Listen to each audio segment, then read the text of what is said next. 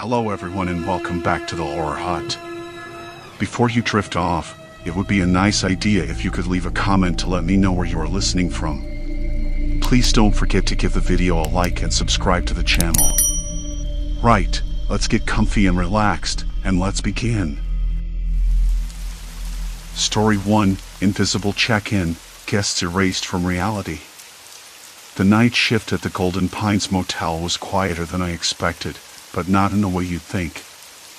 I'd taken this job mostly because it was close to home and the pay was steady enough. Nights alone, watching the dusty road outside, logging incoming guests, and pretending I wasn't counting the hours until dawn.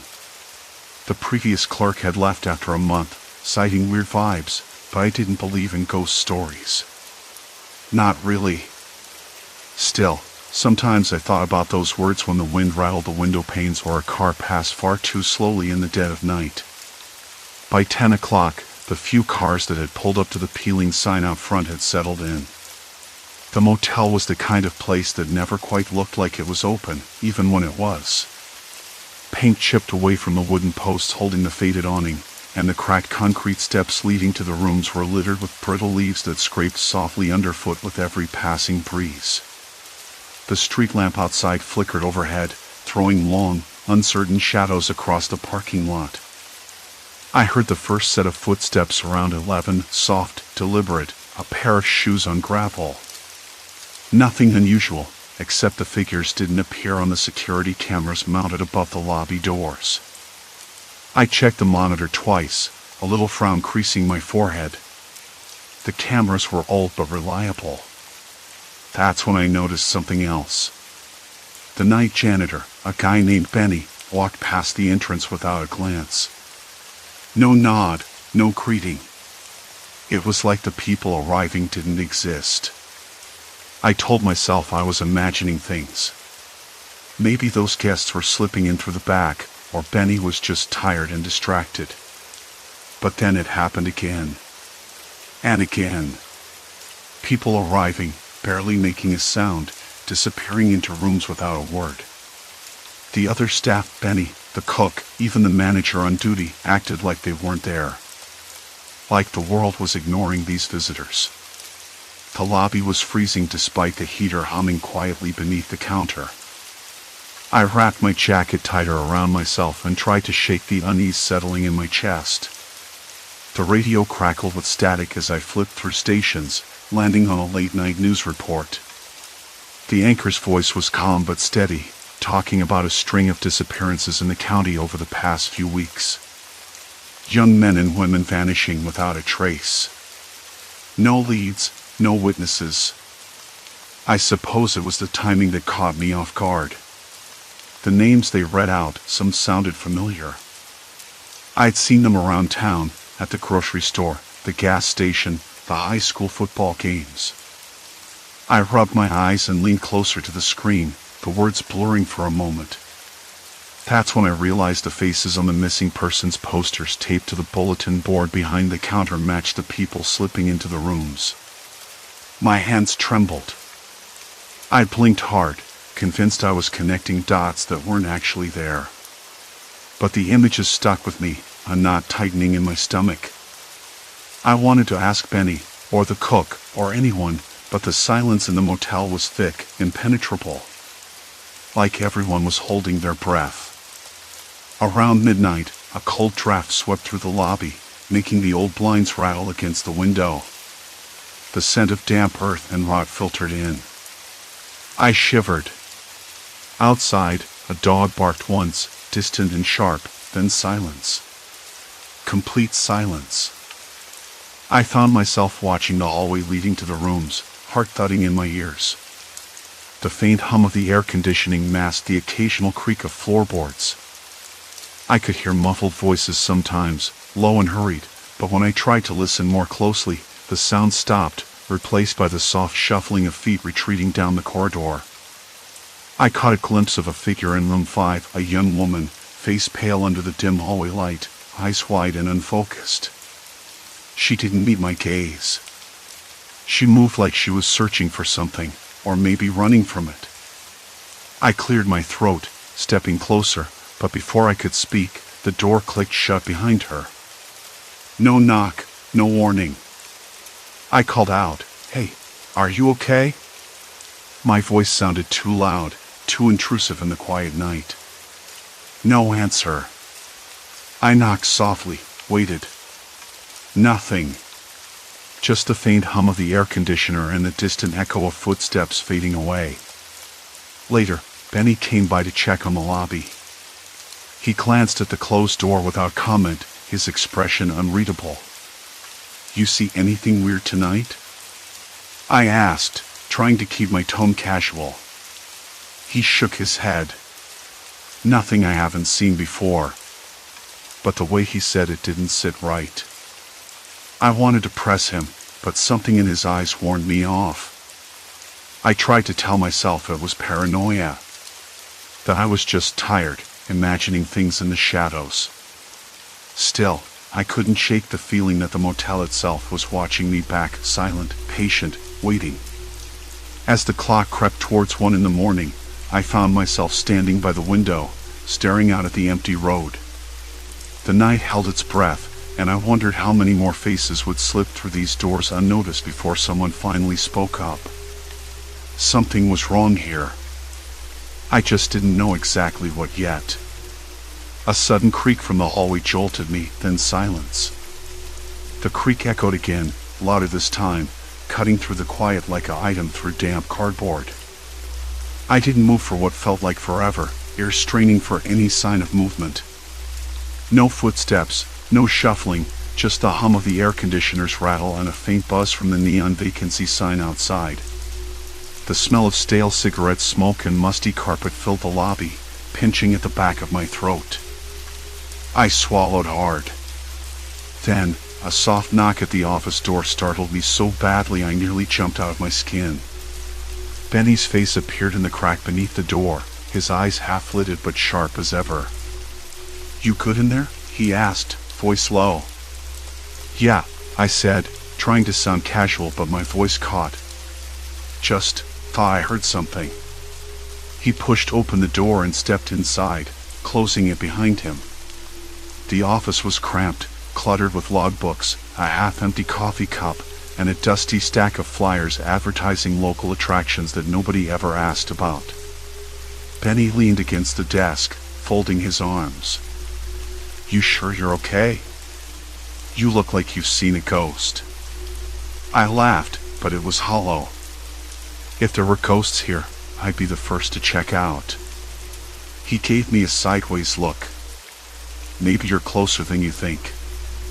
Then he tapped the side of his head, smirking. "Heads up, kid. This place has a way of messing with your mind if you let it." I wanted to press him for more about the creek, about the strange guests slipping in unnoticed, about those missing persons I'd glimpsed on the news, but Benny already seemed done talking. He wiped his hands on his jeans and headed for the door. "Get some rest if you can. Night's far from over." Left alone, I stared at the blank TV screen mounted in the corner, its red standby light blinking steadily. The office felt smaller than before, the weight of the night pressing in. My fingers itched to do something, anything, to break the silence. I pulled open the drawer and found the motel's guest log, a battered leather-bound book with pages yellowed by time. Flipping through, I scanned names and check-in times, looking for any inconsistencies. The entries were mostly mundane, travelers passing through, a few locals staying for a night or two. But then my eyes caught something. Room 17, checked in at 11:30. Name, M. Barrett. No phone number, no address. I jotted it down. I pulled out my phone and searched for the name. My stomach dropped. Madeline Barrett, missing for over a week. The news had briefed her disappearance, a young woman last seen downtown, vanished without a trace. I wasn't imagining things at all. That was when the creeping dread hit me full force. These invisible guests weren't just random wanderers. They were the missing people. And the motel staff, Benny included, were acting like they didn't exist. I closed the logbook quickly, heart pounding. The taxi driver from earlier came to mind, the way he glanced nervously at the motel sign before speeding away. Was he aware of something? Or just spooked by the place's reputation? I couldn't tell, but the unease lingered. Determined to get to the bottom of it, I decided to check room 17. I grabbed the master key from the hook, the cold metal smooth and heavy in my palm. The hallway outside was empty, shadows pooling under the flickering lights. I hesitated, then slid the key into the lock. The door swung open with a groan, revealing a small, cramped room. The air smelled faintly of antiseptic and old fabric. A thin mattress sat on a sagging frame, the sheets were rumpled but clean. On the nightstand, a half-empty water glass and a paperback book lay abandoned. No sign of Madeline Barrett.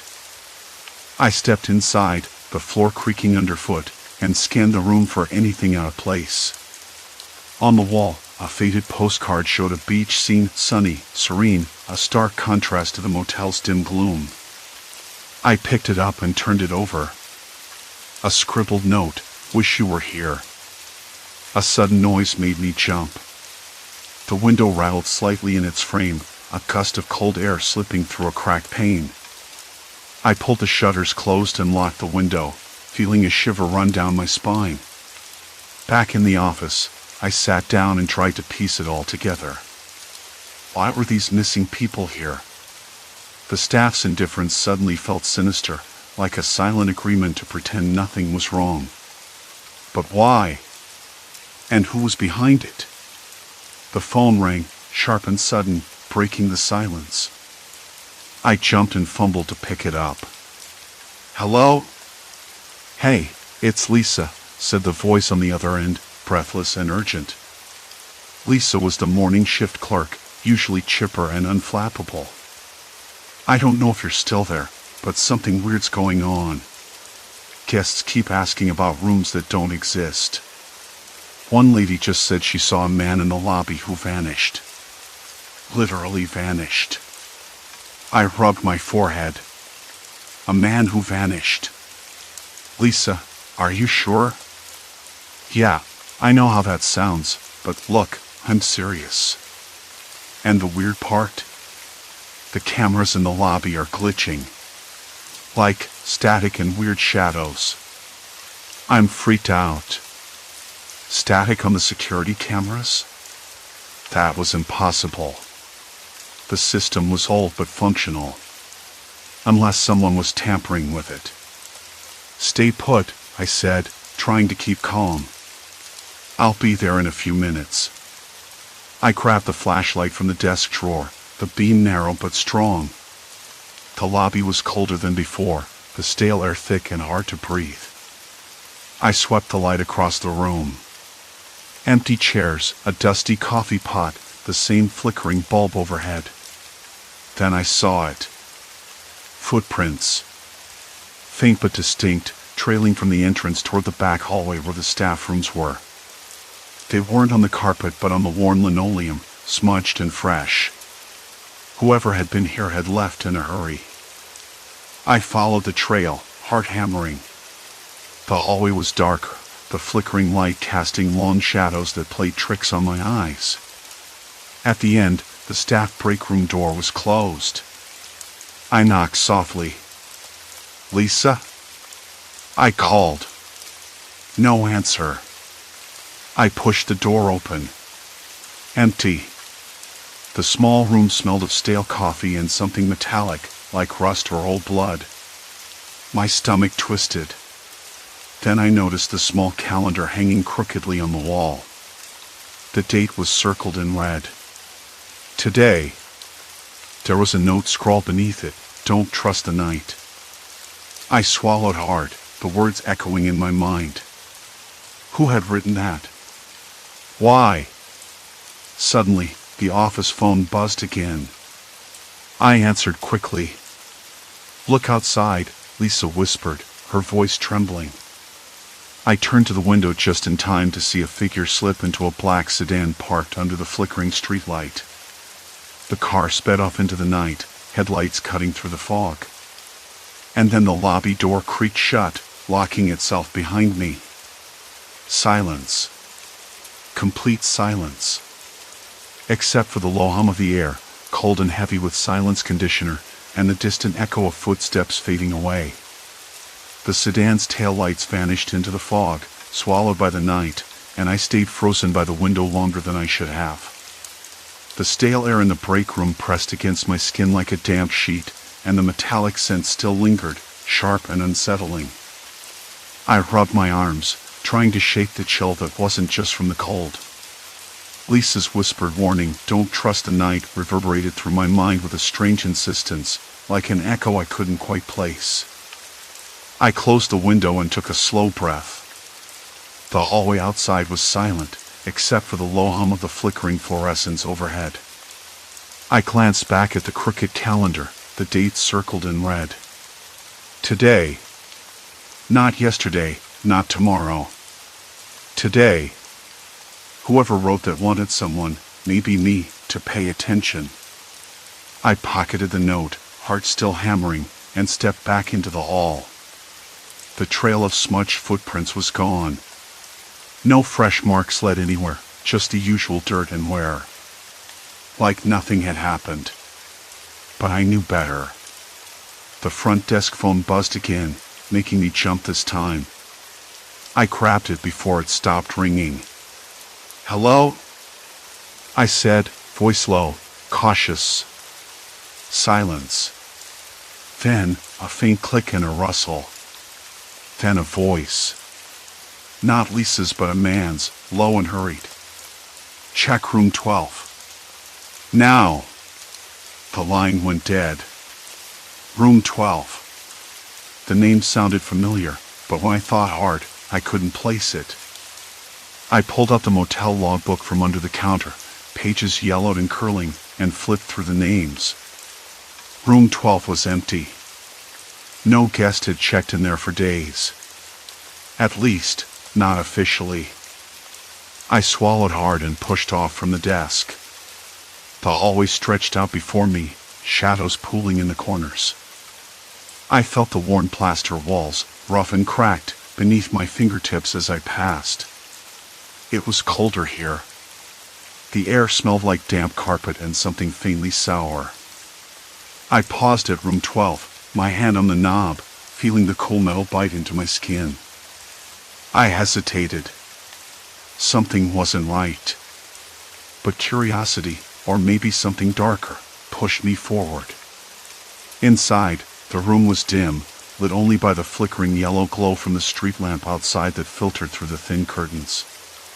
The bed was unmade, sheets twisted and stained. A faint odor of sweat and something else, old cigarettes, maybe, hung thick in the air. The desk lamp on the bedside table was broken, its bulb shattered, bits of glass scattered like tiny stars on the scratched surface. I scanned the room quickly. Nothing obvious. Then my eyes caught the small notebook lying half hidden under the bed.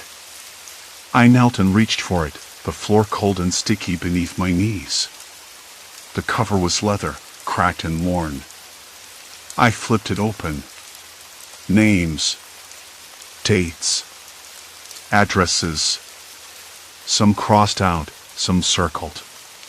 The names matched the missing persons I'd seen in the news over the last few weeks. People who had just vanished without a trace. No ransom notes, no calls, no clues. Just disappeared. And here, in this shabby motel, were their names like a list. My hands trembled as I closed the notebook. A sudden noise, the soft click of the door behind me, made me whip around. No one. Just the thin curtain swaying slightly in the cold breeze from a cracked window. I shut the window quickly, heart slamming. The feeling of being watched crept up my spine like icy fingers. I should have left then. I should have run. But I didn't. Instead, I took out my phone and snapped a picture of the notebook's page, the flash briefly illuminating the peeling wallpaper and the cracked ceiling. Back at the front desk, I stared at the photo, trying to make sense of it. Why would these missing people be connected to this motel? And who had written the note on the calendar? Lisa? But where was she? And why warn me? The phone rang again, sharp and insistent. I answered before it finished. Don't go to the office, Lisa's voice whispered, breathless. They're watching. The others, they're not just guests. They're... Static swallowed her words. Then silence. I slammed the receiver down, my breath ragged. Who's watching? Who are the others? I muttered to myself, but the only answer was the dull hum of the overhead lights. I looked around the lobby, expecting to see anyone, but it was empty. The front door locked, the windows dark. Outside, the fog thickened, swallowing the street. I realized then there was no way out. The roads were blocked. No cabs. No buses. And the staff? They weren't just ignoring the invisible guests. They were protecting them. Part of it. Or afraid. I needed to know more. To understand what I'd stumbled into. But every step I took deeper into the night only tightened the noose. Later, I found the motel security room. The monitors flickered weakly, grainy images of empty hallways and vacant parking lots. But one screen caught my eye, the live feed from the back alley. A figure stood there. Watching. Waiting. Not moving. The silhouette was unmistakable. It was the man from the phone. The one who told me to check room 12. I leaned closer. The figure's face was hidden in shadow, but the posture was deliberate, calm. Like a predator waiting for the right moment. I pressed the intercom button, voice trembling despite myself. Who are you? What do you want? No answer. Only the distant bark of a dog, the rustling of wind through dry leaves. Then, a new sound. Footsteps. Slow. Soft. Approaching the office door. I froze. The lock rattled. And my phone buzzed again. A new message. From an unknown number. The night is full of secrets. Don't trust anyone. They're already inside. The lock clicked.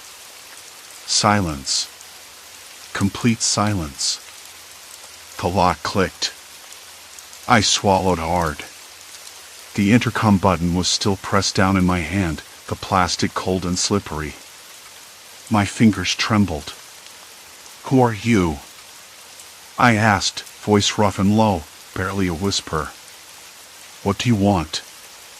He stepped inside without answering, the floorboards groaning under his weight. I caught the faint scent of tobacco and something else, something metallic, maybe rust or old sweat. It made my stomach twist. Behind him, the door creaked shut, the lock clicking into place again with a finality that felt like a noose tightening around my neck. The sudden quiet was worse than any noise. The hum of the old refrigerator in the lobby, the distant highway's murmur, even the flicker of the dying fluorescent light overhead, it all disappeared. I was trapped in a bubble of silence, the kind that presses against your eardrums until you want to scream.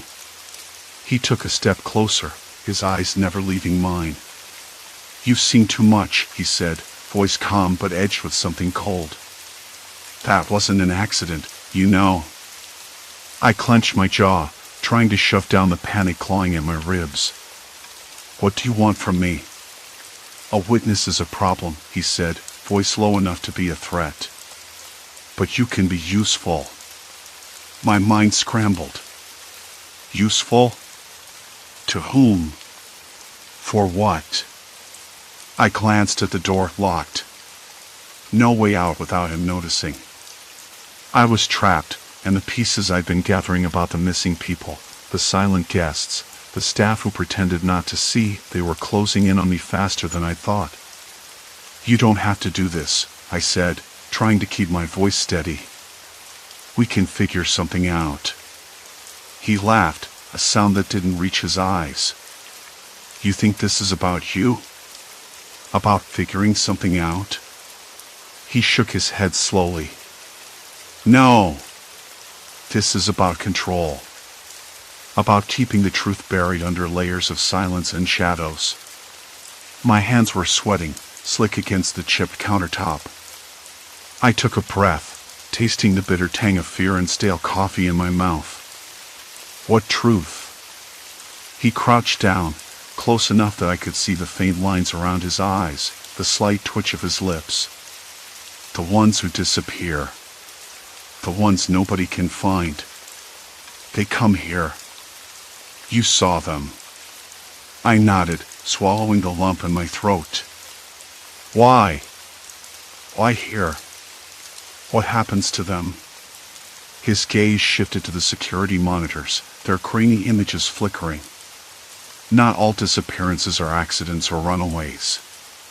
Some people get lost in the cracks because someone wants them lost. The words settled like ice in my veins. I thought about the news reports I'd been following, the faces in the missing persons bulletins that seemed to haunt this place. The quiet guests who slipped through the shadows, invisible to the staff. The way the motel seemed to breathe around me, alive with secrets. He stood up straight, the light catching his profile like a statue carved from shadow. You're going to help me keep those cracks sealed. His voice dropped to a whisper. Or you're going to become another one of them. The threat hung in the air like a storm about to break. I wanted to argue, to demand answers, but my mouth felt dry and useless. Instead, I forced myself to think. To plan. What do you want me to do? I asked finally, voice barely more than a breath. He smiled then, a thin, cruel line. Watch. Listen. Report. And most importantly, don't ask too many questions. Before I could respond, the office door creaked again.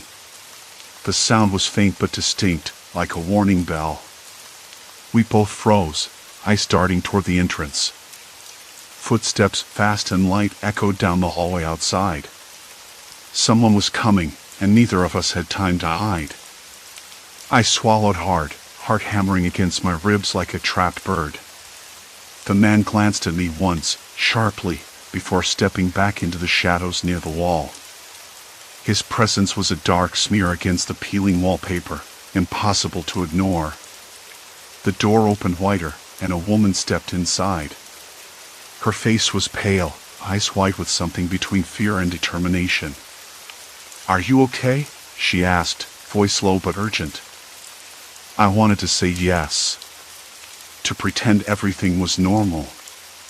But the knot in my stomach tightened, and my voice cracked when I answered, No. I'm not. She looked at me, and for a moment, I thought she might say more, offer help, maybe even protection. But then her eyes flicked to the shadowed corner where the man waited, and her expression changed. Something cold slid into her gaze, a warning. Stay quiet, she whispered, urgency bleeding into her tone. They're watching. All of them. You don't want to be next. The words hit me like a blow. Who? I asked, voice trembling. She shook her head, glancing toward the door like the walls themselves might have ears. The ones who keep this place running. The ones who make sure the missing stay missing. The man in the shadows stepped forward then, silencing us all with a glance. Enough, he said. This isn't a conversation. His presence filled the room, with its faint smell of dust and decay again, heavier now, suffocating. The woman's eyes flashed with defiance, but she stayed silent. I felt trapped between them, the weight of everything I'd uncovered pressing down like a suffocating fog. My hands were clammy, my breath short and sharp. What do you want from us? The woman's voice was steady, but I could hear the tremor beneath it. He smiled, slow and cruel. Compliance. Silence. Obedience. I realized then that I was the only one left who could resist. The only one still standing in the middle of this gathering storm. But how long could I last before the darkness claimed me too? Outside, the wind picked up, rattling the windows and stirring the dead leaves.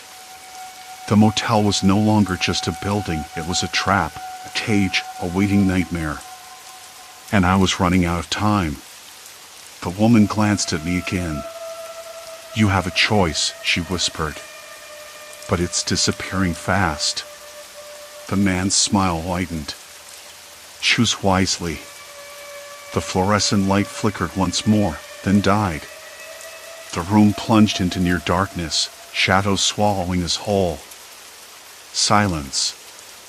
Complete silence. Then the door slammed shut. The night had only just begun. The darkness didn't last long.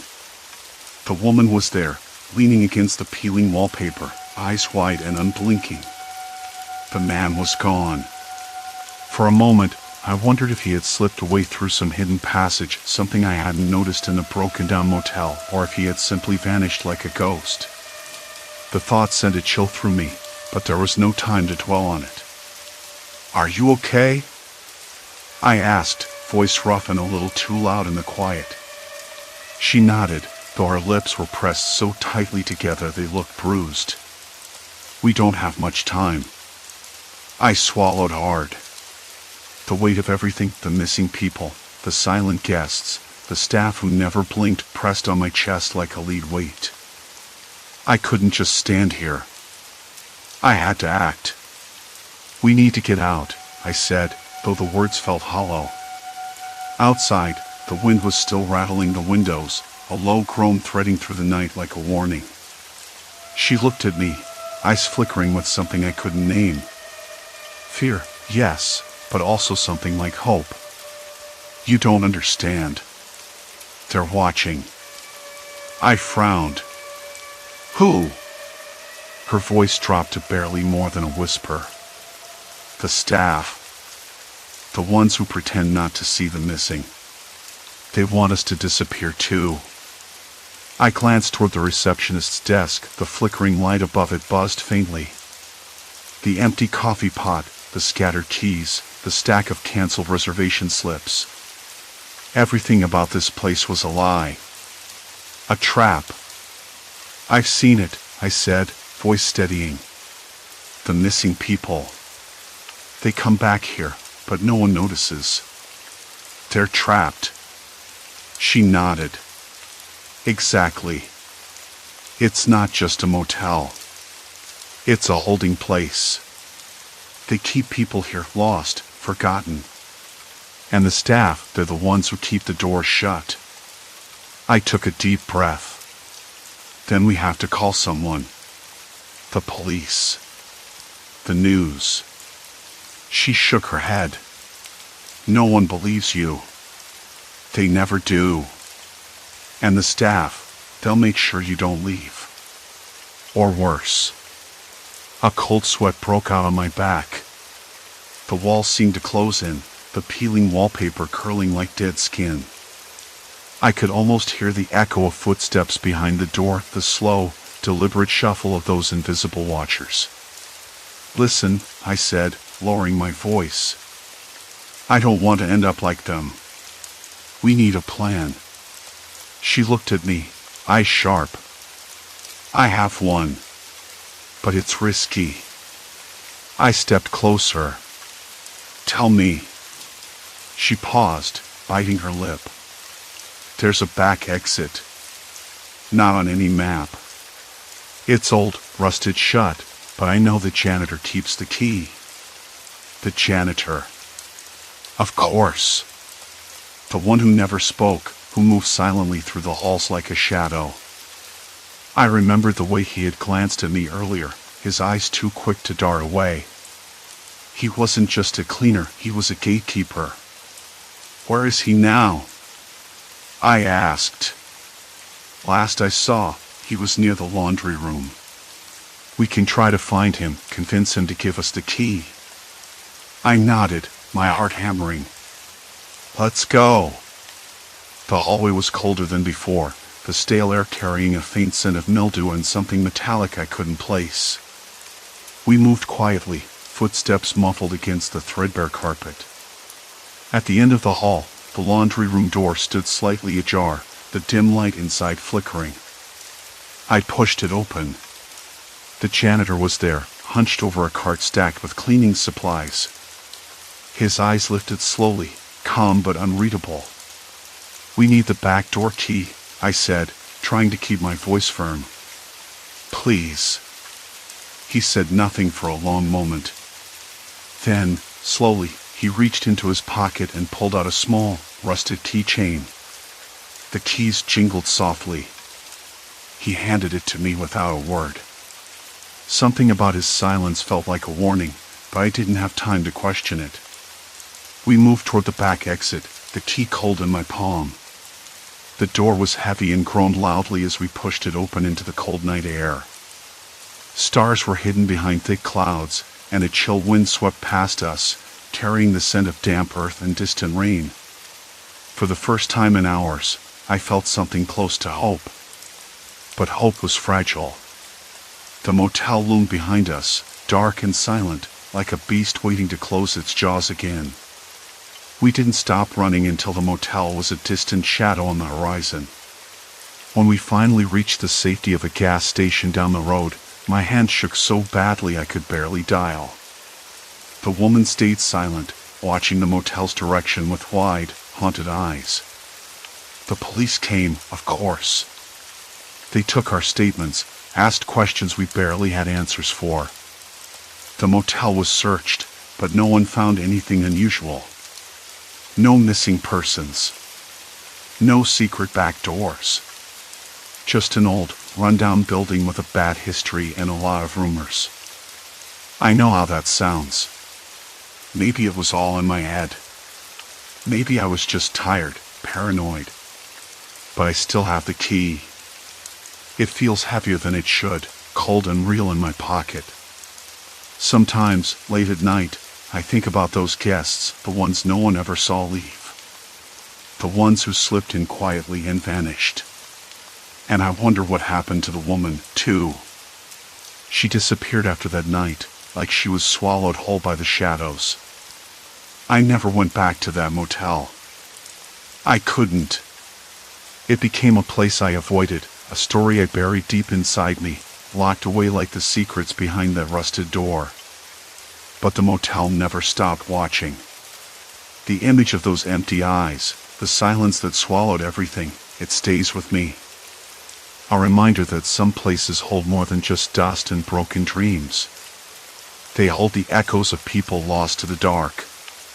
And sometimes, when the wind rattles my windows just right, I swear I hear the faint sound of footsteps, soft, deliberate, and waiting. Story 2. Sabotage breaks on Highway 47, deadly nighttime warning. I never thought a night drive would feel so empty. I was headed home from a business trip, alone except for the half-empty thermos on the passenger seat and a playlist I'd grown tired of halfway into the drive. Somewhere around mile marker 112, the CB radio on the dashboard flickered to life with a burst of static, followed by a voice so sharp it made me jerk my head, startled. Breaker 19. Breaker 19. You copy? There's a shadow messing with the rigs up ahead. Be careful with your brakes, folks. Got a few wrecks already. Don't want y'all to be next. I blinked at the radio, half expecting the voice to fade into the white noise, but it kept going, urgent, breathless. Brake lines cut or tampered with. Ain't no joke. If your pedal feels funny, pull over. Don't test it. I'm serious. My fingers tightened on the steering wheel. I'd heard truckers on the CB before, mostly idle chatter or the occasional weather report, but this was different. Real. The night seemed to press closer, the fog thickening just enough to blur the edges of the road. Copy that, I muttered, more to myself than the empty cab around me. The voice dropped out, replaced by the low hum of the engine and the occasional pop of gravel kicked up by a passing semi. I tried to shrug off the sudden chill that crawled down my spine, telling myself it was just a prank or some overworked driver blowing smoke. Still, something about the sharpness in that voice, the warning without any room for joking, made me glance down at my feet. The brake pedal felt different. Not faulty, exactly. Just off. Softer than usual, like it wasn't quite making contact the way it should. My heart hammered a little harder, even though I told myself it was nothing. Maybe the cold had stiffened some lines earlier, or the old brakes were just starting to wear out. I'd get them checked when I got home. I flicked the CB back on, hoping to catch another message. Static. Nothing but static. The road ahead was a tunnel of shadow, trees leaning in like silent watchers. A distant set of headlights blinked on and off, far ahead, then disappeared. I slowed just a touch, more out of habit than concern, the engine's rumble filling the quiet cab. The smell of damp earth and pine drifted in through the cracked window, mingling with the faint, sour tang of old upholstery. I told myself I was being paranoid. I always got like this on lonely roads at night, too much time to think, too little distraction. But the pedal still felt odd under my foot, and I found myself tapping it lightly, watching the way the brake lights flickered behind me. A sudden, sharp snap of static exploded in the radio again. Someone's messing with the trucks on Highway 47, a new voice broke in, breathless and urgent. Brake lines sliced, all of them. Just lost Big Joe's rig. Pulled off to check mine, and it's the same. Whoever's out here wants us dead. The words hung in the air. My fingers curled tighter around the steering wheel. The temperature inside the cab seemed to drop a few degrees. Outside, the fog thickened until the streetlights looked like halos through a dirty glass. I caught my breath and glanced in the rearview mirror. Nothing but empty road behind me. No headlights, no sign of anyone else. It was too quiet. Too still. Maybe I should have pulled over. Maybe I should have stopped and called someone. But the highway stretched out behind me in endless darkness, and I didn't want to be stranded out here. Not with whatever was out there. The brake pedal shifted again beneath my foot, almost imperceptibly, but enough to make my stomach twist. I pressed it gently, then harder, watching the dashboard light up as the ABS flickered briefly. The car slowed, but the sensation was off, like the pedal was fighting me. Like it was resisting. I swallowed hard and glanced again at the CB radio. Silence. A rustling sound came from the passenger side door. I flinched, heart skipping a beat, and reached over to check the lock. It was secure, but the hairs on my neck prickled. Maybe it was just the wind. Maybe I was imagining it. Still. I pulled the window up, sealing out the cold night air. The road curved ahead, swallowed by the trees. My headlights cut through the fog in thin cones of light that trembled with the car's slight shudder. I tried to steady my breath. Maybe I was just tired. Maybe the brake pedal was just wearing out, and the truckers were overreacting. But that voice, so sharp and insistent, kept echoing in my mind. Don't test it. The dashboard clock blinked 2:13 a.m. I glanced in the rearview mirror one last time. Nothing behind me but shadows. The brakes felt wrong. And somebody out there knew it.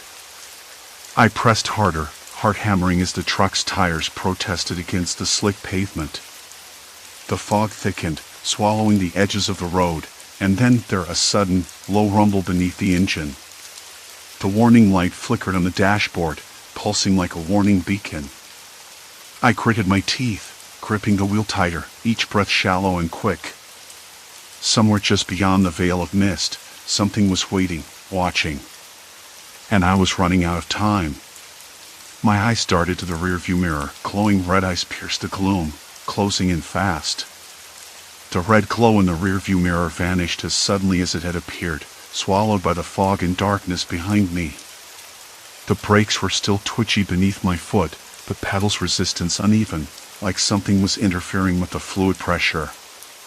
I tried to shake off the creeping dread, telling myself that maybe the brake line was just corroded, or the master cylinder was starting to fail. But the CB chatter from the truckers earlier gnawed at me like a persistent itch. Someone was tampering with vehicles out here, and not just for a joke. The highway stretched ahead, a ribbon of wet asphalt gleaming faintly under the weak beam of my headlights. The fog was thick enough now to dull the edges of everything, muting the world into a gray silence interrupted only by the occasional hum of my engine and the whisper of tires on wet pavement. I flicked the CB radio back on, fingers trembling slightly. Static. Nothing but static. I leaned in closer, adjusting the squelch knob, half expecting the same frantic broadcast from earlier. But the channel was dead. No truckers, no warnings, just the crackle of interference. A shiver ran down my spine. I flicked the headlights to I-beam, hoping the stronger light would punch through the fog, but it just made the mist glow like a pale curtain.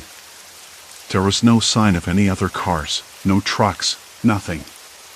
Just me and a road that seemed to stretch endlessly into the night. The brake warning light on the dashboard pulsed again, a steady, urgent throb.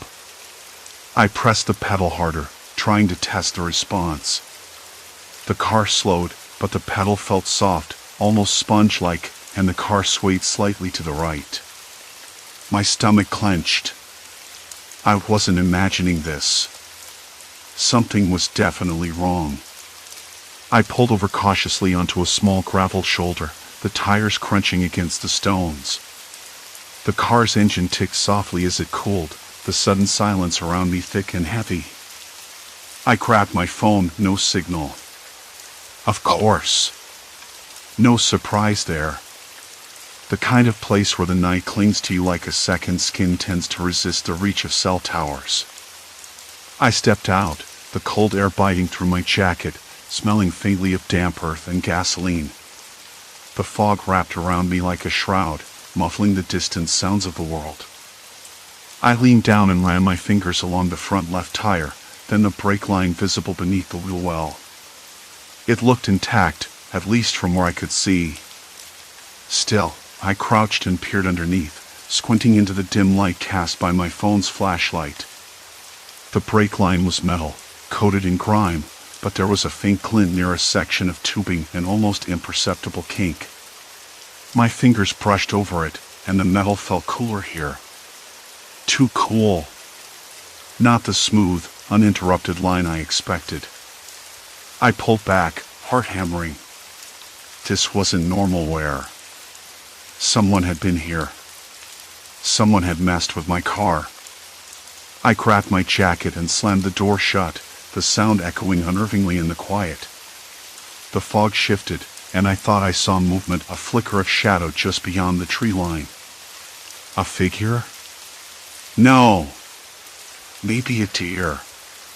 Or just a trick of the dim light that cast long, dancing shadows. Either way, my skin prickled.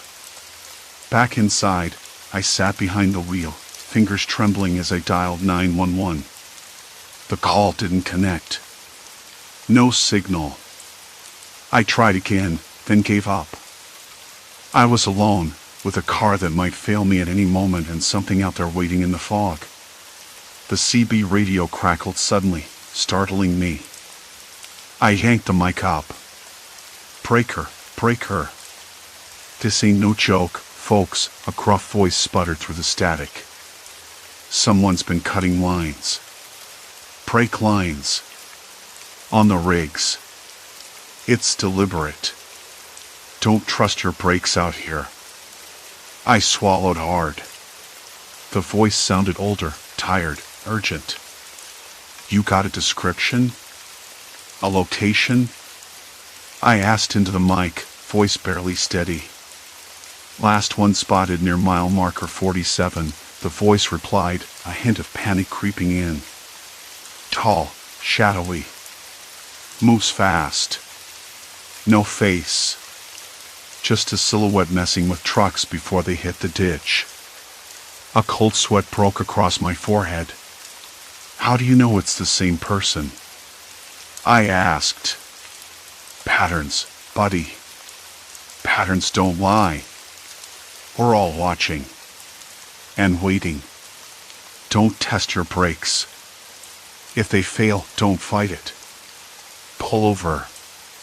Don't stop on the road. Keep moving if you can. The radio went dead again.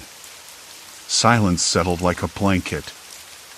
I stared at the dashboard, at the glowing brake warning light, at the fog pressing in on all sides. The car felt like a trap, a fragile cage. I had to get off this road, but every mile felt more dangerous than the last. I fumbled with my phone again, this time opening a navigation app. The nearest town was 15 miles back the way I came. I thought about turning around, but the brakes protested violently when I pressed down, the pedal softening, barely slowing the car. I hesitated, fingers frozen on the wheel. Could I make it back? Could I make it forward? Then, headlights appeared, bright and sudden through the fog. A truck, lumbering, its CB radio crackling to life again. Watch yourself, a voice boomed over the static. Brake lines cut just past the next curve. That shadow's still out there. I swallowed and nodded to myself, even though the trucker couldn't see me. The brakes felt worse now, the pedal almost useless. The truck passed, its rear lights fading into the mist. I had no choice. I had to keep moving.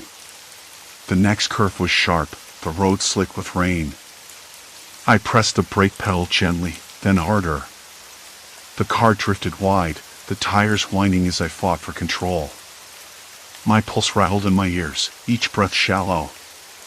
Then, a sudden jolt, the pedal went limp. My stomach lurched. The car didn't slow. Panic clawed at me, but I forced my hands steady on the wheel. I shifted into a lower gear, downshifting as the road curved sharper. The engine roared in protest. I glanced to the right, a narrow gravel pullout, just before a guardrail. I aimed for it, heart pounding so loudly I could barely hear the engine. The tires skidded, gravel spraying up, and finally, the car ground to a stop, the brake pedal still dead beneath my foot. Silence. Complete silence. I sat there, chest heaving, the fog swirling thick outside the windows. The radio was quiet again, the dashboard warning lights glaring in the dark. Then, from somewhere beyond the mist, I heard it, a faint scraping sound, slow and deliberate, like someone dragging their fingers along metal. I swallowed hard. The shadow was closer now. And I was still trapped in the middle of nowhere, with a car that might not stop again. I locked the doors and leaned back in my seat, trying to steady my breathing. And now, I was their next target. The scraping sound came again, closer this time. Like nails on a chalkboard, only heavier, metal grinding against metal, slow and deliberate, filled with purpose. I pressed my back harder against the seat, knuckles whitening on the steering wheel.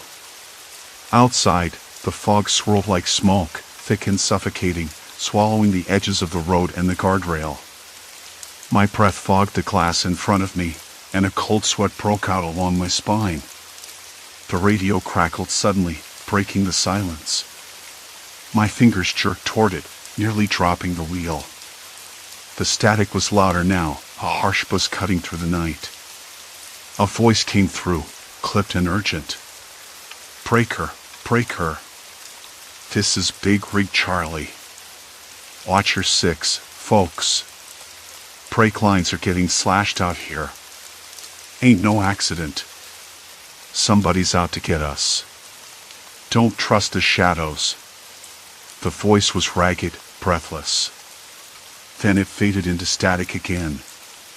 I swallowed hard, the metallic taste of fear thick in my mouth. It wasn't just me. This wasn't a problem with my car. Someone was out there watching, waiting, sabotaging brakes. My hands trembled, but I forced myself to steady my grip. The scraping sound shifted, moving closer along the guardrail, like something or someone was pacing just beyond the fog. I flicked on the dome light, the car's interior suddenly harsh and exposed. The yellow glow illuminated bits of gravel on the floor, the threadbare upholstery, the faint smell of motor oil and stale coffee lingering in the air, cold and heavy with silence. The world outside seemed darker by comparison. I glanced at the dashboard again. The brake warning light blinked stubbornly, already glaring at me. The pedal stayed soft, unresponsive beneath my foot. My stomach twisted. I tried again, pressing harder, but the pedal sank uselessly, like it was disconnected from the wheels. A sudden noise made me jump. A metallic clang, sharp and close. I craned my neck toward the passenger side window. The fog blurred the outline of something tall, too tall to be a deer or a stray dog, standing just beyond the white line. I blinked, trying to clear the fog from my vision. The figure didn't move, but I could feel its presence, like a weight pressing against the glass. It didn't look human, or at least, not completely. The shape was too angular, too still. My mind rebelled against the thought. No! I forced myself to think clearly. It was a person. Maybe a man. Probably the saboteur. I shut the dome light off, plunging the car back into darkness. The scraping stopped abruptly. Silence. The kind that roars in your ears. I tried the radio again, fiddling with the dial until a clearer voice broke through. This is Freightliner 59. I don't know who's behind this, but it's smart. They're picking isolated drivers, cutting brake lines, leaving no trace. They're close. Don't stop for anyone asking for help. Stay on the move. If you can. I swallowed past the lump in my throat, barely daring to breathe. Staying put felt like a death sentence. Moving meant risking another failure, another time the brakes might give out when I needed them. I looked down at the keys in my hand, the smooth metal cold against my palm. The engine was still running, the soft hum vibrating through the floorboards. I could try to restart the car, but what if it stalled? What if it wouldn't start at all? The fog pressed harder against the windows, and I thought I caught the faintest flicker of a flashlight beam, wavering in the distance. Someone was out there, prowling, hunting. I was the prey. My phone buzzed suddenly on the passenger seat. I grabbed it, heart leaping. A message from an unknown number flashed on the screen. You're not the only one stuck out here. Don't trust the brakes. Don't trust the quiet. I dropped the phone, the screen shattering on the floor mat. My breath caught in my throat. This wasn't random anymore. The saboteur was watching, communicating, taunting. I glanced at the little gravel pullout again. It was too narrow to make a clean escape, but better than nothing. I could try to edge forward, inch by inch, and see if the brakes held. If they didn't, well, I didn't want to think about that. My hand shook as I turned the key. The engine sputtered to life, louder this time, a warning growl in the night. I eased off the clutch, feeling the car roll forward slowly on the gravel. The brakes responded, if only a little. I pressed the pedal again, harder, and felt the tires catch, the car slowing. For a moment, relief surged. Maybe I could get out of this. Maybe I wasn't trapped. Then I saw the shadow move. It stepped out from the fog, tall and lean and impossibly close. The reflector on the side of its jacket caught the headlight beam for a second, blinking like an eye in the dark. It raised one hand slowly, deliberately. I slammed the brakes. The pedal sank uselessly, The car lunged forward, gravel spraying beneath the tires, the engine screaming in protest. I jerked the wheel hard to the left, aiming for the ditch beyond the guardrail. The car skidded, sliding sideways, the world tilting wildly. Branches scraped against the windows, leaves slapped the roof. The shadow moved faster now, closing the distance with unnatural speed. I could smell the wet earth, the crushed pine needles. My heart thudded painfully, each beat a hammer blow in my chest. The tires caught a patch of loose gravel and the car shuddered to a stop at the bottom of a shallow embankment. I sat frozen, chest heaving, ears ringing with the screech of the brakes and the heavy thump of my own heart. The shadow was right there, at the edge of the headlights, too close to ignore. Then, a voice, calm and low, cut through the night air. "You're lucky we don't do this often." I blinked. A man stepped forward, his face half hidden beneath a hood. No tool. No mask. Just a tired, grim expression. "You don't understand," he said quietly. "This isn't random. It's control. Fear. A message." I tried to speak, but my voice caught. "Why me? Why this road?" He sighed, looking down the dark highway, where the fog swallowed the horizon. "Because people like you outsiders, strangers, think this stretch is safe. They don't watch their backs. They don't listen. But it's not safe. Not anymore." The weight of his words settled over me like a shroud. I wanted to ask more, demand answers, but the cold night seemed to swallow my courage whole. Behind him, the fog thickened, swallowing the rest of the world. No lights. No other cars. Just us, lost in this stretch of highway where trust was a dangerous luxury and the brakes beneath my foot were a cruel lie. Beneath the weight of silence, the road stretched endlessly, swallowing the world whole. I realized then, with a sick twist in my gut, there was no turning back. No escape. The road I'd chosen was a trap. And the shadow was only the beginning. The man's words hung heavy between us, thick as the fog curling along the asphalt like smoke from a dying fire. I stared down the road, heart hammering in my throat, the faint glow of my dashboard lights barely cutting through the night's grip. My breath came shallow and fast, the cold air inside the car sharp against my skin. I wanted to ask him more, who he was, why this road, what exactly he wanted, but the silence spilled over us like a warning. "You're saying this is deliberate," I said, voice breaking the quiet. "Someone's out here, messing with brake lines? Causing accidents?" He nodded slowly, eyes dark beneath the hood. "Not just accidents. Fear. Power. They want people scared to drive this road.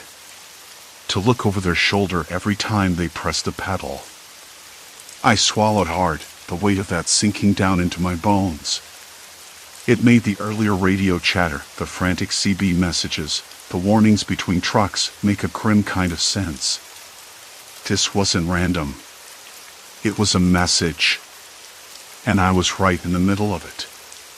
The man glanced sideways, then leaned closer. "You need to get off this road. Now!" I glanced at my brake pedal, then back at him. The pedal felt strange, spongy, but I wasn't sure if it was real or just the anxiety twisting my senses. "I can't," I said quietly. "My phone's dead. No service. And the next exit's miles away." He exhaled sharply, almost a sigh. "Then you're stuck. Like the rest of us. But you have to be smart. Don't trust anyone. Don't stop for anyone." The headlights behind us flickered again, closer now, slicing through the fog in sharp, aggressive beams. My stomach tightened. The man's eyes flicked to the road, then back to me. "Listen," he said, voice dropping to a whisper. "If they catch you, It's not just the brakes they'll mess with. It's everything. His hand brushed against the car's roof, as if feeling for some unseen threat. They're watching. Waiting. A shudder ran down my spine. I nodded, voice lost somewhere beneath the weight of the moment. The man turned away, blending slowly into the mist, leaving me alone with the headlights that felt like the eyes of something hungry. I slammed the door shut, locking it with a trembling hand. The fog seemed to press against the windows like cold breath, and the car's interior felt suddenly claustrophobic. I reached out, twisting the key in the ignition, willing the engine to roar to life. It coughed, then steadied. The brake pedal sank under my foot again, softer this time, sliding farther than it should have before resistance. My pulse spiked. I pressed harder, heart drumming like a frantic drummer trying to keep pace with a runaway train. The car slowed, but slower than it should have. I gripped the steering wheel tighter, knuckles white. Could I trust these brakes? Could I trust anything? The headlights behind me surged forward, blinding. I caught a glimpse of the truck's grille, massive, black, and unyielding, closing fast. A voice crackled over my CB, frantic and clipped. Red alert. Brake lines cut, mile marker 37. Keep your distance, folks. My breath caught in my throat. That was where I just passed. 37. I remembered the twisted metal and shattered glass that flashed in my mind like a nightmare replaying itself. I flicked the CB on, fingers trembling. This is a blue sedan. I'm at 38, brakes feeling off. Who's out here? Static answered, then a voice, low and rough. You're not alone. They're watching. They want you to feel helpless. A shudder rippled through the car. The fog thickened, muffling the world outside, making the headlights behind me seem closer still. I glanced in the rearview mirror. The truck was there, relentless, its massive frame swallowing the distance between us. I slammed my foot down, heart pounding so loud I was sure the driver could hear it through the night. The engine roared, tires biting into the asphalt, but the brakes barely responded. The pedal sank again, the car's speed barely budging. Panic clawed at my throat. I had to get off this road. I had to survive. Ahead, a narrow turnout appeared, barely wide enough for a single vehicle, the cracked pavement edged with weeds and dirt. Desperation sharpened my senses. I swerved toward it, the tires protesting on the gravel. The truck followed, its lights a merciless glare. I cursed under my breath, my mind spinning. The brakes failed again, soft, unresponsive, and I was sliding further than I should have. The car fishtailed briefly, the rear swaying dangerously close to the edge of the shoulder. I gripped the wheel, sweat slicking my palms despite the cold. The engine's growl deepened as I tried to accelerate, to escape, but the brakes never fully responded when I needed them. The CB lit up again, a new voice cutting through the static, urgent. Don't stop. Keep moving. They're not just breaking lines. They're breaking minds. Don't let them close in. Who are they? I asked, voice trembling. A pause. Then, a group. Locals. They've claimed this stretch. They don't want outsiders poking around. You've crossed a line. I swallowed hard. The man's words from before, it wasn't random. It was control. Fear. A message. And I was caught in the middle. The truck's lights flared, nearly blinding me. I slammed the accelerator, feeling the car lurch forward unevenly. The brakes felt like a lie beneath my foot. My phone buzzed suddenly in my pocket. I fumbled for it, heart leaping. No signal. But a single text blinked through, a strange number, Turn off the CB. They listen. I stared at the screen as the truck closed in, its lights swallowing the road behind me. The fog thickened, the night pressing in like a living thing. I had to make a choice, keep running blind or stop and face whatever this was.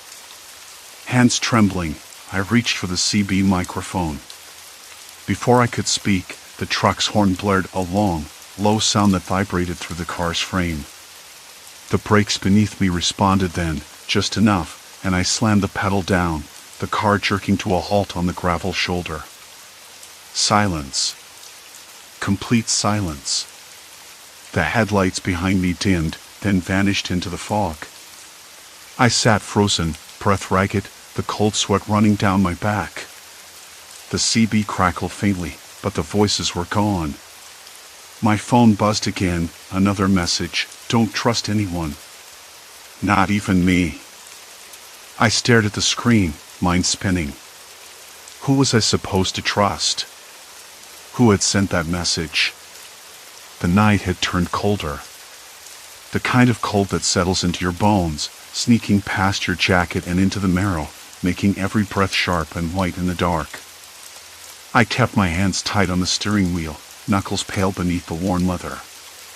The highway stretched out ahead, a black ribbon swallowed by the night, broken only by the occasional flicker of a roadside reflector or the dull glow of a distant town I wasn't headed for. The CB crackled again, static snapping in my ears before a voice came through. Breaker, breaker. This is Rig 45. Anybody out there? Shadow Man's back on Route 72. Keep your eyes peeled. Brakes tampered again. Fatal's the word. The voice was taut, strained, like a man who had seen too much and was running out of breath. I swallowed hard. The warning wasn't just some trucker's late-night paranoia. It was real. I glanced down. My foot hovered over the brake pedal. It felt wrong. Mushy, almost unresponsive. I pressed harder. Nothing. My heart skipped. No, I whispered to myself. Not now. The highway curved gently to the right. I eased off the gas and pressed the brake pedal again, this time with more urgency. The car hesitated, then slowed, but the feeling was off. The pedal sank deeper than it should, like sinking into wet sand. In the rearview mirror, shadows seemed to linger just beyond the reach of my headlights. I told myself it was the trees, the way the moonlight flickered. But something gnawed at the edges of my mind. The stories on the CB, the recent accidents, no coincidence. A sudden thud jolted me. The car shuddered. My stomach clenched. I forced myself to keep calm. No panic. I took a deep breath, tasting the faint metallic tang of fear mixed with the cold air rushing through the cracked window. I pulled over onto the shoulder, the gravel crunching beneath the tires. The engine idled low, a steady hum against the silence outside. I opened the door, and the cold hit me full in the face, sharp and biting. The scent of wet earth and pine filled my nostrils.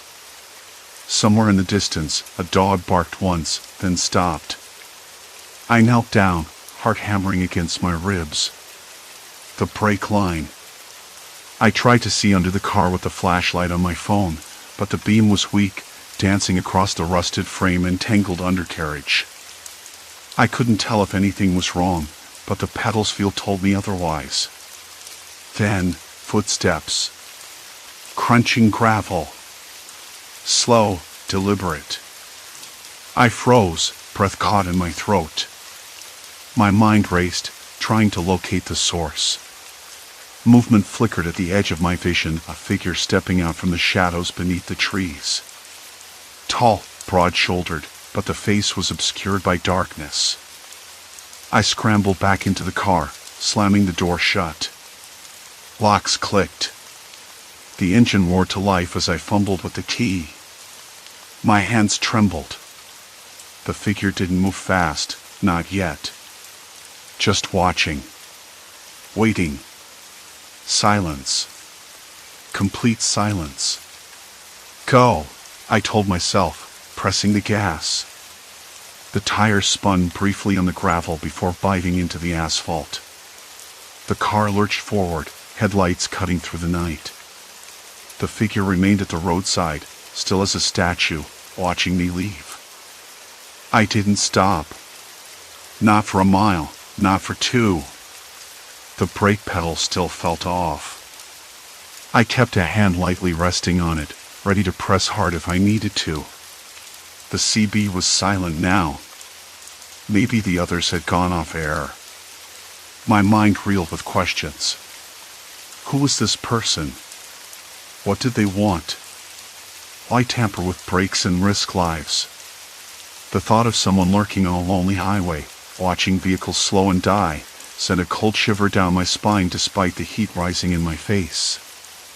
I drove until the first pale light of dawn began to bleed into the horizon, softening the night's edges. The tension in my shoulders eased just a little. I spotted a gas station ahead, a small place with flickering neon and a handful of early risers. I pulled in and killed the engine. For the first time in hours, the silence felt heavy, not empty.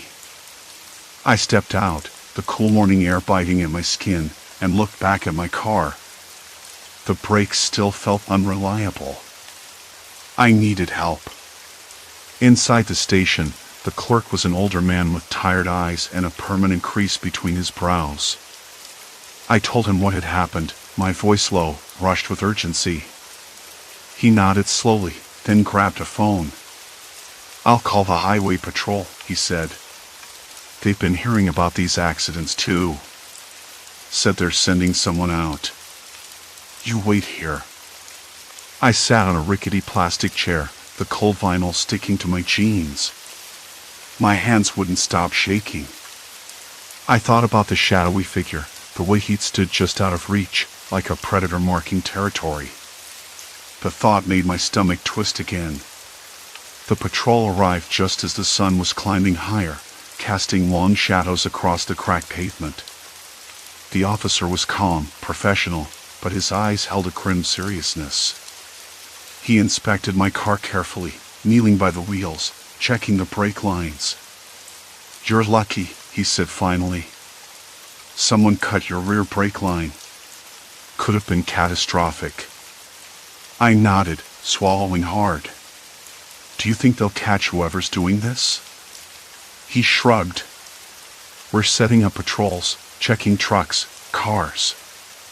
It's been happening all over this stretch. Whoever it is, they're methodical, dangerous." I looked at him, then at the rising sun. The highway stretched behind us, a ribbon of vulnerability and menace. It seemed impossible that a person could wield so much power simply by cutting a line here or there. But they had. And now I was tangled in their story.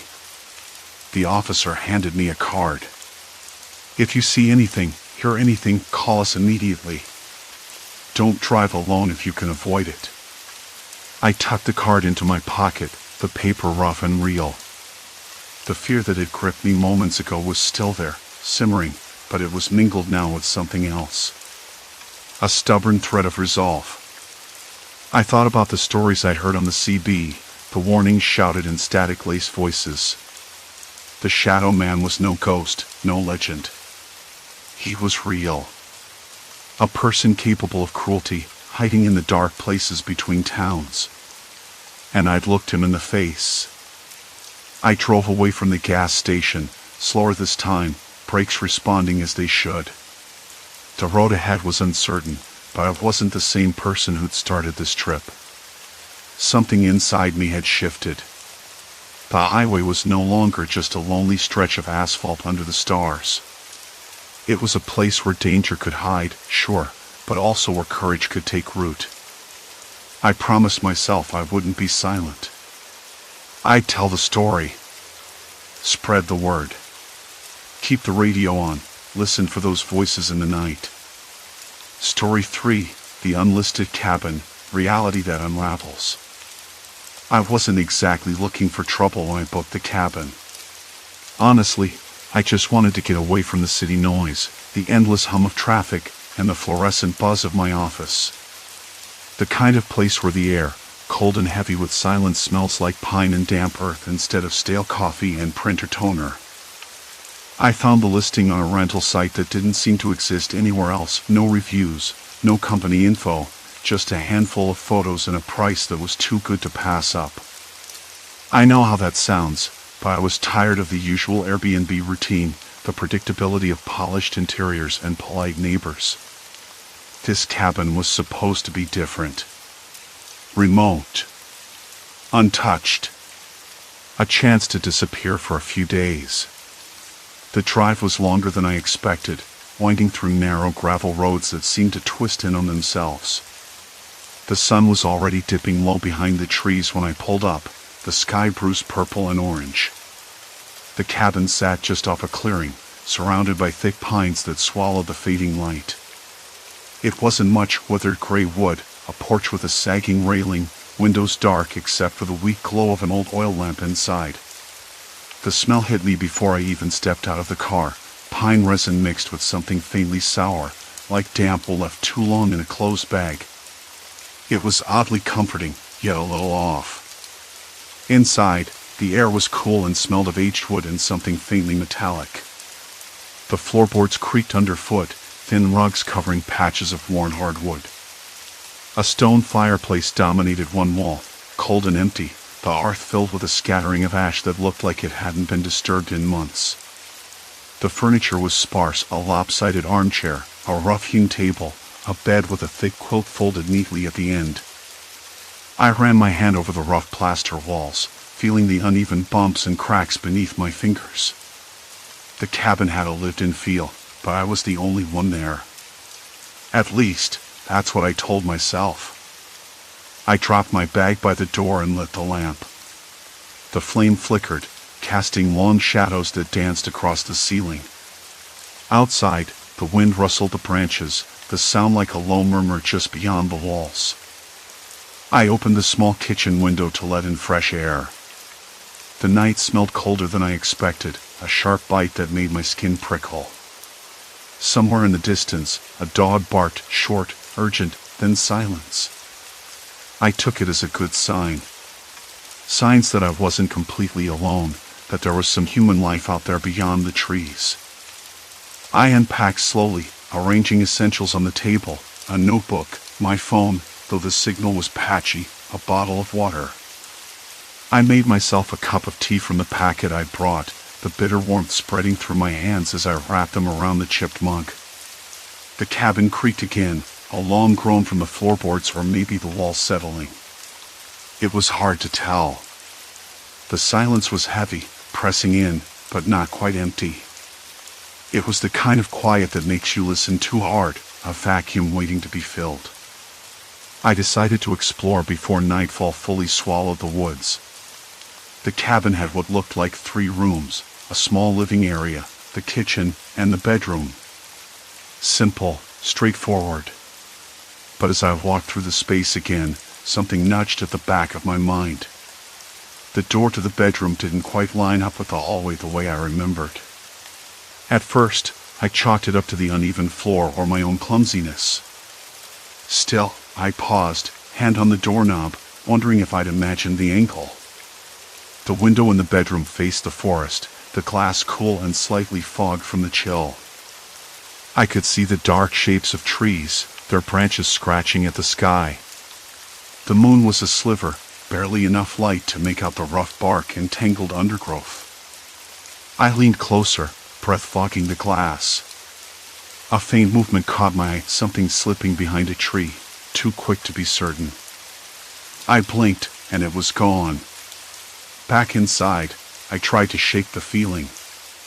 I told myself I was tired, maybe a little jumpy from the drive. I checked my phone again, no bars, just that little spinning wheel that never seemed to settle. The cabin felt smaller now, almost claustrophobic. The walls seemed to lean in, the shadows lengthening despite the lamp. I pulled the quilt from the bed and wrapped it around my shoulders, the rough fabric a small comfort. I sat at the table, trying to focus on my notebook, jotting down the day's itinerary. The words blurred, and I caught myself rereading the same sentence 3 times. A sudden noise made me jump, a soft thump from the other side of the cabin. I froze. My mind raced with possibilities. Listening. Nothing. Maybe a branch against the wall, or the wood settling again. I laughed quietly, shaking my head. Get a grip, I muttered. Night deepened. The wind picked up, rattling the window panes, carrying the scent of something else, smoke, maybe, or burning leaves. I couldn't tell. I moved toward the kitchen, reaching for the lamp to brighten the room. The flame sputtered, then steadied. The light revealed a narrow hallway leading away from the kitchen that I hadn't noticed before. Or had I? My stomach tightened. I stepped closer, fingers grazing the peeling wallpaper. The hallway stretched into darkness, the floorboards disappearing under a shadow that felt wrong. I turned back to the living room, but something felt different. The door I had entered through was now slightly ajar, the porch light flickering outside. I could have sworn I'd closed it. My hands trembled. I closed the door firmly, checking the lock. The latch felt loose, like it hadn't been tightened in years. Outside, the wind whispered through the trees, carrying a faint creak like a rocking chair moving slowly on a porch. I sat back down, the lamp's light flickering again, casting brief darkness over the room. My eyes darted around, catching the edges of the shadows shifting. I told myself it was nothing. Just old wood, tired eyes, and the kind of isolation that plays tricks on your mind. Before I fell asleep, I checked the doors once more. The bedroom door was closed, the hallway empty. But as I turned off the lamp and lay down under the quilt, a strange thought struck me. Had the hallway been there before? Or was it something my mind conjured in the dark? I didn't sleep well. When I woke, the cabin was silent except for the faint creak of wood and the distant call of a bird. I rubbed my eyes and stretched, but the feeling in my gut didn't fade. Something wasn't right. I couldn't shake it. It was subtle, like the cabin itself was holding its breath.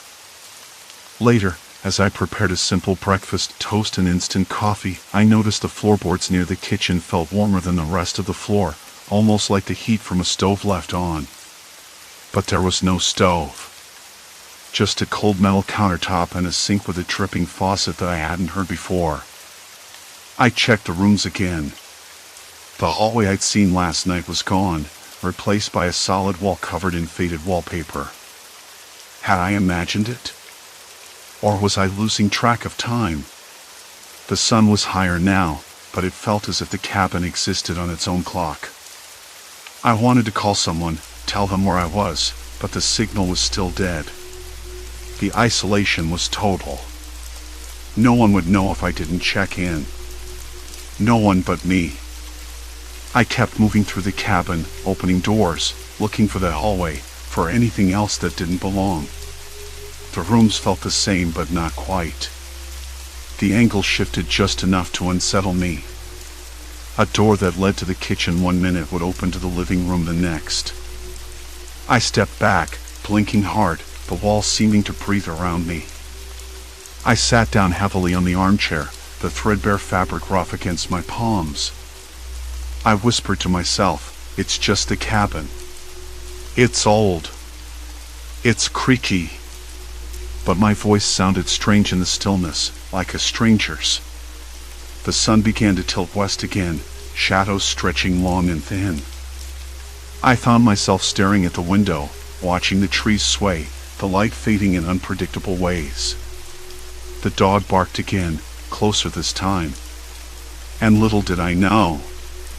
The morning light was weak, filtered through a thin layer of clouds that made the whole cabin feel colder than it should have been. I woke up stiff, the quilt twisted around my shoulders, and the lingering taste of metal like old pennies on my tongue. I couldn't tell if that was from anxiety or something else. The room smelled faintly of damp wood and something else, something sour and old, like forgotten cheese left out too long. I didn't dare open my eyes fully at first. The ceiling looked impossibly far away, and the silence was so complete it pressed against my ears. The hallway had been there before, hadn't it? Or was it just the way the shadows spilled across the floor? I kept turning the question over, trying to catch the memory before it slipped away like smoke. I finally sat up and swung my legs over the side of the bed, the floor cold against my bare feet. The cabin was still quiet except for the occasional creak, like the house was sighing under some unseen weight. I scanned the room again, the peeling plaster near the window, the crooked picture frame that had fallen slightly overnight, and the old thermostat that clicked on and off in a rhythm that felt too deliberate. I knew I couldn't ignore what was happening, couldn't chalk it up to tired nerves or bad plumbing. Something was shifting here. Not just the rooms, but the whole atmosphere. Like the cabin was trying to rewrite itself while I wasn't looking. I decided to start with the doors. If the hallway was new, then maybe the other doors had changed too. Maybe they'd lead somewhere else now. The bedroom door creaked open easily. I noticed the latch felt looser than yesterday, like it hadn't been tightened in years. Outside, the wind whispered through the trees, carrying a faint creak like a rocking chair moving slowly on a porch. I stepped into the hallway and immediately felt off balance. The narrow corridor stretched farther than I remembered, the walls closing in slightly, the light dimmer.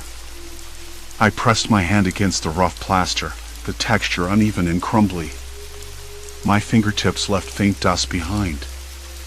A faint smell of mildew drifted from somewhere ahead, mixed with that same sour tang in the bedroom. At the far end was a door I didn't recognize, painted a dull green with peeling edges. I was sure it hadn't been there yesterday. My heart ticked hard against my ribs as I ran my hand over the chipped paint. The door was locked, but not with a key. It had one of those old-fashioned sliding bolts on the inside. I jiggled the handle. It didn't budge. I backed up and looked around. The hallway behind me was suddenly shorter, like the space had compressed while I wasn't paying attention. I blinked and shook my head.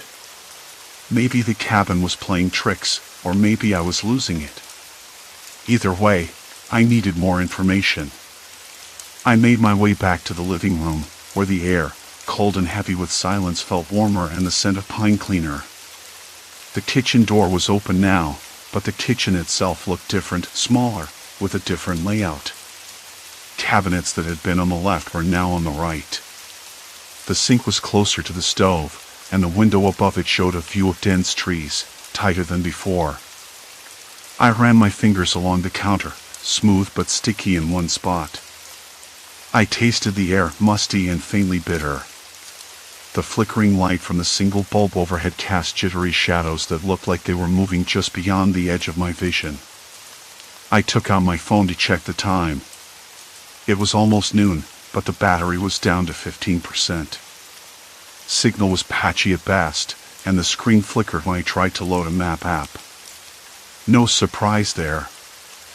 I sat down at the kitchen table, which suddenly felt too big and too empty. I ran through my options. I could try to leave, but the road was a mess of mud and tangled branches. I could call for help, but no one would know where I was. The rental site was untraceable, and my messages to the host had gone unanswered. I chewed on the inside of my cheek, my hands trembling just slightly. I wasn't sure if it was fear or frustration. Maybe both. I needed a plan. I decided to start documenting everything, the shifts, the smells, the layouts. If I could map the changes, maybe I could find a pattern. A way out. Back in the living room, I found a notebook beneath a pile of magazines on the coffee table. The pages were yellowed and brittle, filled with scrawled notes and sketches of the cabin's floor plan. Someone had been tracking the changes before me. That was a relief and a warning. One set of notes caught my eye: rooms shift after midnight. Doors lead to nowhere. Time slips. The handwriting was shaky, hurried. I turned the page and saw a series of crude drawings, items looping back on themselves, rooms connected by impossible angles. The author had circled the phrase, "Don't trust the walls," in red ink. My breath hitched. I wasn't alone in noticing this. But whoever had written this had stopped abruptly. The last entry was dated 6 months ago. A sudden noise made me jump. Something tapping against the window. I froze, staring at the glass. The forest held its breath as I stepped beneath the shadowed pines, unaware of what waited beyond the silent trees. I told myself to breathe. I flipped through the notebook more quickly. There were mentions of strange footsteps, voices in the night, and a sense of being watched. But nothing concrete about who or what was behind it all. I closed the notebook and stood up. The floorboards creaked underfoot. I glanced toward the hallway again. The green door was gone. In its place was a blank wall, smooth and unbroken. I rubbed my eyes. Was I imagining things? Maybe the notebook was a trap, a way to mess with my head. I checked my phone again. Battery dying fast. Signal worse. I needed to find another way to communicate, or at least make sense of the cabin's shifting layout. I grabbed a pen and started sketching the rooms as I remembered them from yesterday, labeling doors and windows. I marked the green door with question marks. Hours passed while I worked, the light outside dimming as clouds thickened. The wind picked up, rattling the window panes. Somewhere far off, a dog barked, a sharp, urgent sound that made the hairs on my neck stand up. I leaned back, hands on the table, and stared at my map. Nothing made sense. The rooms didn't line up, doors led nowhere, and hallways warped like bad reflections. I heard footsteps then, slow and deliberate, from somewhere beyond the walls. Not mine. Not the wind. I froze. The sounds didn't belong to any animal I knew. They were too regular, too human. "Hello?" I called softly, voice cracking. "Is someone there?" Silence. The tapping started again at the window. I stood and moved cautiously, heart hammering. The crow was gone. Outside, the underbrush shifted. A figure flitted just beyond the edge of vision, tall, thin, indistinct. I blinked, but it vanished. I locked the door behind me and returned to the living room, pressing my back against the wall. My skin prickled, sweat beading on my forehead despite the chill. I wasn't alone. Not really. And the cabin wasn't just shifting rooms. It was hiding something. Someone. Something waiting. I pulled the notebook closer and flipped to the last pages. The writer had scrawled a desperate message. They watch. They wait. Don't fall asleep. My hands trembled. I wanted to laugh at the absurdity. But the fear was real, thick and cold. I could hear footsteps again, this time from the hallway, closer, slower. The door at the end creaked open a crack. I swallowed hard. The shifting cabin wasn't just a maze of walls and doors. It was a trap. And the person or people responsible were still here. Watching. Waiting. I had to find a way out. Before I lost myself completely. The tapping at the window didn't stop. It was a slow, deliberate sound, like fingertips drumming out a code. I stared at the glass, breath fogging the cold pane, and my fingers twitched as if reaching for something that wasn't there. Outside, the night was thick with fog, the trees swaying faintly in a wind I couldn't feel inside. I wanted to shout, "Who's there?" but the words caught in my throat. The cabin felt smaller all at once, the walls pressing in, like the air itself was tightening around me. I pulled back from the window, the notebook still clutched in one hand. The handwriting inside was jagged, desperate, like the person who wrote it was unraveling with each word. "Don't trust the walls." I repeated it under my breath. What did that even mean? How do you not trust walls? Walls are supposed to be solid, reliable. But here, they weren't. They moved. They lied. I flipped back through the pages, trying to make sense of the sketches. The floor plan was a mess, a tangle of crooked lines and items that doubled back on themselves. Some doors led to places that didn't exist. Others seemed to loop endlessly. The dates ran out suddenly 6 months ago, the last entry smeared with what looked like coffee or tears. I found myself wondering, who was this person? How had they vanished? Or worse, were they still here, trapped in this shifting house? A creak from the hallway pulled me out of my thoughts. The cabin groaned, would settling or maybe shifting, I wasn't sure anymore. The floor underfoot felt uneven, like it was trying to tilt me off balance. I closed the notebook slowly. The room was dim, lit by a single lamp that flickered weakly. Shadows stretched and danced as the light faltered. I decided to check the front door. Maybe I could get outside, get to a road, a town, a phone. Anything. I moved toward the hall, the floorboards creaking beneath my boots. But when I reached the door, it wasn't the same door I remembered from earlier that day.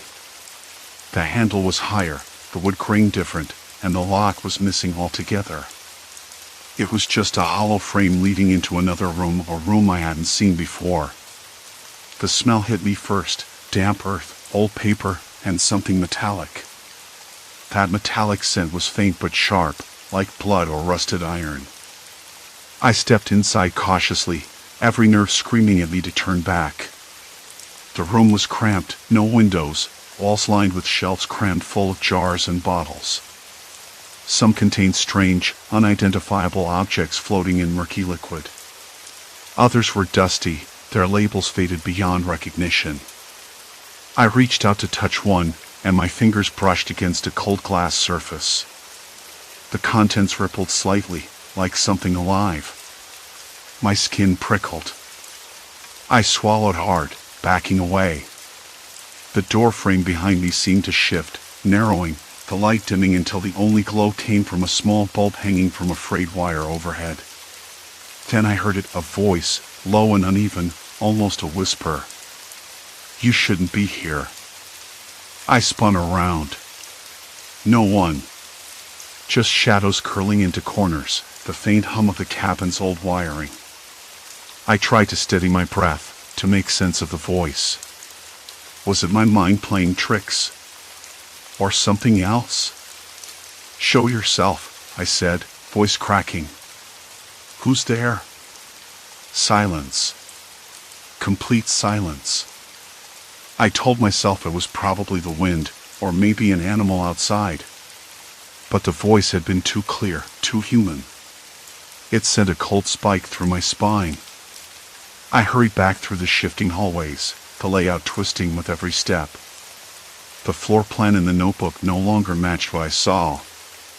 Hallways curved impossibly, doors led to rooms I hadn't mapped.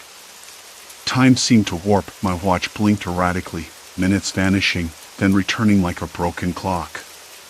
By the time I reached what I thought was the living room, dawn was breaking. Pale light filtered in, but the cabin's shifting made the shadows cling stubbornly to corners. My phone buzzed. A message. From an unknown number, "Don't leave." I stared at the screen, fingers trembling. How did someone know I was thinking about leaving? I hadn't told anyone where I was. The signal here was supposed to be non-existent. I tried calling back. No answer. The call wouldn't connect. That's when I noticed the map again, tucked under the coffee table. I spread it out, tracing the lines with my finger. Something clicked. The changes weren't random. They followed a pattern, like the house was deliberately rearranging itself to trap me. And there was more. Scribbled in the margins, almost hidden beneath the sketches, they watch. They wait. Who was they? I slammed the notebook shut. My skin prickled with unease. This wasn't just a cabin with weird architecture. It was a trap. Someone or some group was behind this. The shifting rooms weren't a glitch or a trick of my mind. They were engineered. I tried the front door again. It was a solid door now, with a lock and a handle, but no key. I rattled it, pushed against it. Locked tight. Panic rose like bile. I looked around for another exit, the back door, a window. But the room, with its faint smell of dust and decays, had changed again. The windows were too high, or covered with boards nailed from the outside. The back door had vanished. In the kitchen, I found a calendar pinned to the wall. The date was today, but several days had been scratched out. I realized I couldn't trust my sense of time anymore. The house was erasing it, distorting it. I sank to the floor, the cold seeping through my jeans. The smell of damp plaster and mildew filled my nostrils. I let my head fall back against the wall, eyes closing. The exhaustion hit me fully now, but sleep felt dangerous. What if I woke up somewhere else? Worse, what if I didn't wake up at all? A noise pulled me back up, a faint tapping from somewhere deep in the cabin. Not a window this time. Maybe a pipe or a radiator. Or someone. I shook my head. No. Not someone. I couldn't be. But the voice earlier. The message. The notes in the book. I wasn't alone. I needed to find out who was behind this. Why they were doing it. And how to stop it. Because if I didn't, I'd be trapped here forever. I grabbed the notebook again, flipping to the last page. There was a hastily drawn symbol, a circle crossed by 3 lines. Below it, a note, the point of no return. I didn't know what it meant, but I knew I had passed it. I was already too deep to turn back. Somewhere in the shadows, the tapping resumed. Slower this time. Closer. I swallowed the lump in my throat and whispered to the empty room, "Show yourself." The message burned itself into my mind like a brand, "Don't leave." My thumb hovered over the screen, trembling not from cold, though the cabin's draft had settled into my bones, but from something far more stubborn, a deep tightening knot of dread. I stared out at the pale morning light bleeding through the grimy windows, but the usual comfort of daybreak was nowhere to be found here. The cabin didn't want the day. Not yet. I shoved the phone into my pocket and forced myself to stand, legs shaky, breath uneven. The walls around me seemed to pulse, shifting subtly as if the cabin was breathing, alive in some cruel way. I tested a door frame with my hand. The rough plaster crumbled slightly beneath my fingers, dust falling in tiny clouds. The scent of damp wood and stale air clung thickly, mixing with a faint, sour odor I couldn't place. Was that the smell of rot? Or something more sinister? I tried to recall the layout from last night's notebook sketch, but the lines blurred in my mind, like ink smeared by tears. I had mapped the rooms obsessively, each angle noted to create some semblance of order against the chaos of the shifting walls. But now, no! Nothing matched. A narrow corridor led to a room that wasn't supposed to exist. The door was cracked open, revealing a dim space filled with boxes and old furniture covered in dust sheets. The air was colder here, heavier. I stepped inside, and the wood creaked beneath my feet. My hands brushed against a chair's dusty surface.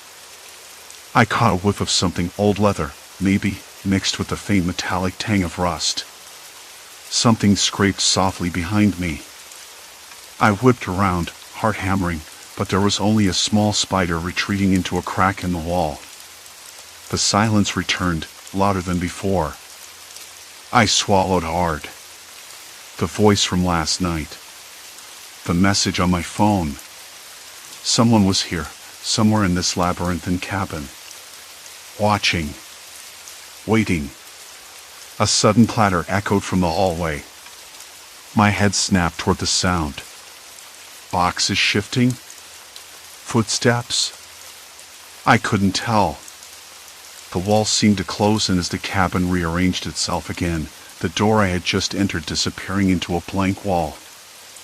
I was trapped in this new room, no way back the same way I'd come. Panic clawed at my throat. I banged on the wall, desperation spilling from my fists. Hello? Anyone? My voice sounded thin, swallowed by the cold air. No reply. Only silence and the distant hum of the old wiring. I took a deep breath and tried the opposite side of the room. A narrow door, half hidden by a faded curtain. I pulled it open and stepped through. This space was different. The floor was covered in threadbare carpet, stained and worn. The walls were lined with shelves crammed with faded photographs and dusty journals. I recognized some of the faces, local families, maybe. The yellowed pages of the journals crackled under my fingers as I flipped through them. Most were illegible, penned in shaky script, but one entry caught my eye. I don't know how much longer I can keep this up. The runes shift again. The voice remains. I can't trust my own mind. I shivered, dropping the book. That's when I heard it, footsteps, deliberate and slow, approaching the room. My pulse spiked. I ducked behind a shelf, barely daring to breathe. The door creaked open. A tall figure stepped inside, silhouetted against the weak morning light. I couldn't make out much, just the outline of a person, their movements deliberate, careful. They paused, glanced around as if sensing me. My heart thudded so loud I thought it might betray me. The figure moved to the shelves, fingering the books with a strange reverence. I caught a glimpse of their hand, pale, trembling slightly. Then, in a low voice, they muttered something I couldn't quite catch. I couldn't stay hidden forever. I had to act. I stepped out cautiously, hands raised. Hey! I don't want any trouble. My voice sounded fragile, almost foreign in this oppressive space. They froze. Then, slowly, turned. Their eyes were wide, haunted. You shouldn't be here, they whispered. The sun had barely crept over the horizon when I finally forced myself out of the bed in the cabin's ever-shifting interior. My limbs ached in ways I couldn't quite place, like I'd slept on a surface that wasn't quite solid. The air smelled faintly of damp wood and something else I couldn't name, a sharp tang that made my nostrils flare. I pressed my palm against the plaster wall, the roughness grounding me, reminding me I was still here, still real. Or at least as real as I could be after the past few days. I had spent the night wandering, or trying to, but the rooms didn't cooperate anymore. The layout wasn't just odd, it was deliberately confusing. Every door I opened led somewhere different than the night before, sometimes to the same places but twisted, distorted like a funhouse mirror of reality. I was trapped in this puzzle, a maze that didn't exist on any map, and the worst part was how it toyed with my sense of time. Hours disappeared, swallowed by the endless walking and searching. This morning, something inside me snapped. I couldn't keep playing their game. If it was a person doing this, someone manipulating the cabin's interior like some sick architect, I needed to find them. I didn't care what the cost was anymore. I slipped into the kitchen, the place where I'd first noticed the shift. The kettle sat on the stove, cold and untouched, but I still poured water into a chipped mug, the warmth seeping into my fingers as I sipped. The bitter taste was oddly comforting, a small anchor to reality. I glanced out the window and saw the trees bending in the wind, their branches scraping like fingernails against the sky. A noise caught my attention, a faint shuffle, footsteps maybe, but not mine. I froze, heart quickening, the taste of stale fear in my mouth. The sound came again, closer this time, deliberate and slow. I swallowed hard, setting down the mug, and moved toward the doorway. The hallway stretched out, too long, too narrow. The walls seemed to close in, the dim light flickering. "Hello?" My voice cracked, barely more than a whisper. "Is someone there?" No answer. But the footsteps continued, a steady rhythm echoing down the hall. I followed, each step echoing my growing unease. The scent of musty wood mixed with something metallic, iron, blood. I tried to push the thought away. Around a corner, the hallway opened into a small room I hadn't seen before. It was cramped, with a single window shuttered tight. Dust hung thick in the air, motes drifting in the thin shafts of light that slipped through the cracks.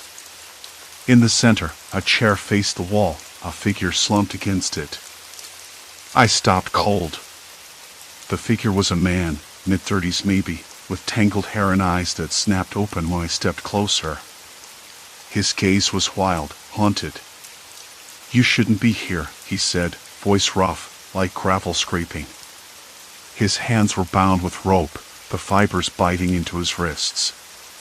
"They watch. They change it all." My breath caught. Who? Who watches?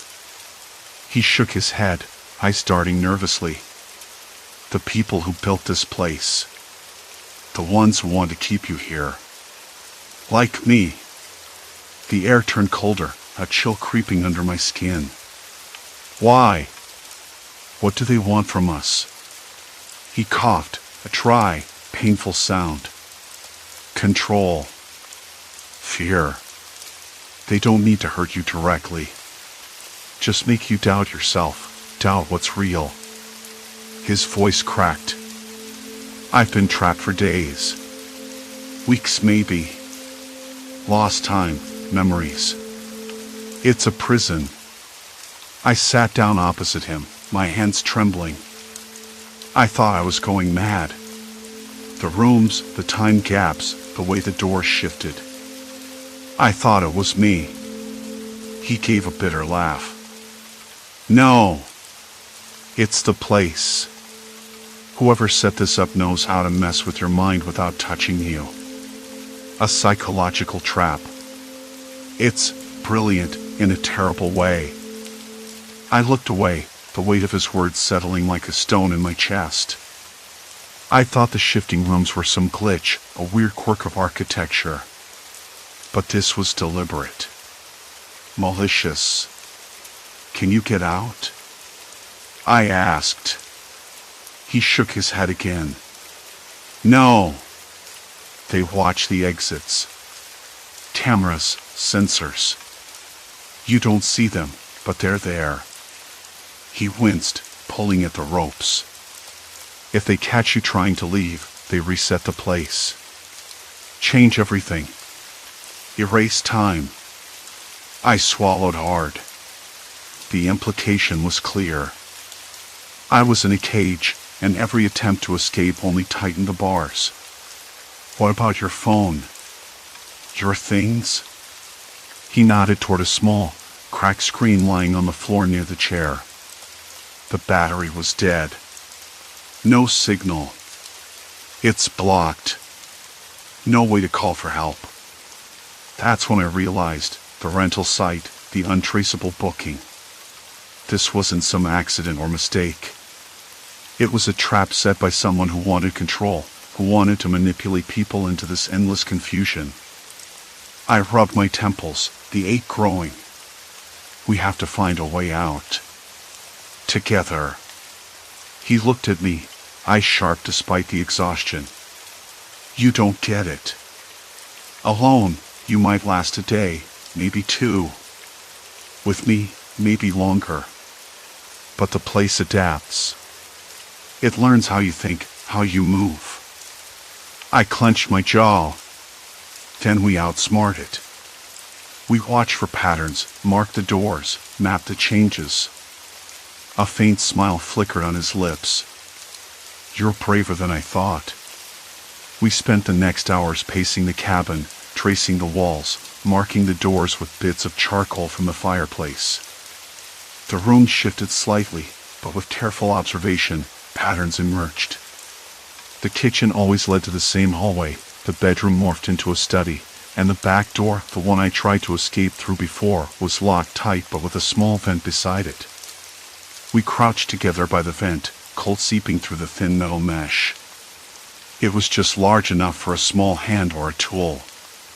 If we can get this open, I said, voice low, maybe we can signal outside. Someone might hear. He nodded, pulling a bent hairpin from his pocket. Worth a try. Minutes felt like hours as he worked the pin, the faint sound of metal scraping against mesh ringing loud in the silence. Outside, the wind picked up, howling through the trees like a warning. I pressed my ear to the vent, listening for any sign of life, voices, footsteps, anything. Then, faintly, a dog barked in the distance. I blinked, the sound so ordinary yet so precious. It grounded me. The lock gave a soft click. The vent shifted slightly under my touch. We have a chance, he whispered. It was the first real hope I'd felt since arriving. But just as we prepared to push the panel open, a sudden noise from behind us froze us in place. Story 4, Containment Breach, Darkness Awakens Microbes. The first thing I noticed was how sudden the silence was. I stood still, pressing my palms to the cold, smooth surface of the stainless steel bench. The smell of sterile plastic and faint chemical tang lingered in the air, a smell I'd grown so accustomed to that I hardly registered it anymore. Now, though, it hit me like a wave, clinical, sharp, unsettling. My breath caught in the quiet. Great, I muttered to myself, the sound oddly loud in the void. Backup's out too. I tried the emergency flashlight clipped to my belt. Dead batteries. Perfect. I was alone in the lab, as usual, tucked away in a remote corner of the research complex. Isolation was part of the job, part of the reason I'd accepted this position studying genetically modified microbes designed to clean up toxic waste. The lab's location was chosen deliberately, far from prying eyes, away from anything that might disturb or be disturbed by the experiments. At least, that was the theory. But isolation had a way of twisting your senses. Hours spent staring at petri dishes and test tubes, waiting for something to happen, made you hyper-aware of every little sound, every subtle shift in the air. And now, with no power, all those little noises vanished, replaced with a suffocating stillness. I shuffled toward the emergency exit, hand trailing along the rough plaster wall.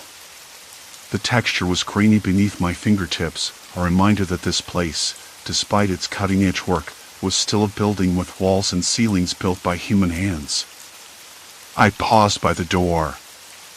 Outside, the faint buzz of insects, maybe moths, circled the external lights. I could hear a distant dog barking, the sound muffled but unmistakable, drifting across the cold night air. Whatever had caused the blackout, it wasn't the usual glitch. I checked the control panel again, no response, just dead meters and blinking error codes I couldn't interpret in the dark. The microbes were stored in incubators deep in the lab's core, their tanks glowing faintly under powered UV lights. Those lights were off now. That worried me more than anything else. I wasn't just dealing with any bacteria. These were engineered strains, designed to digest complex chemical compounds, breaking down hazardous waste into harmless byproducts. The breakthrough had been years in the making. I'd watched these microbes evolve in ways I never expected, but this power failure felt different. Like something was wrong on a deeper level. I tried to shake off the unease creeping up my spine. Scientists have to keep their heads clear, rational. No room for paranoia. Still, there was a nagging itch behind my eyes, a whisper in my mind I couldn't quite ignore. Maybe it's just a coincidence, I told myself, voice low. A freak blackout.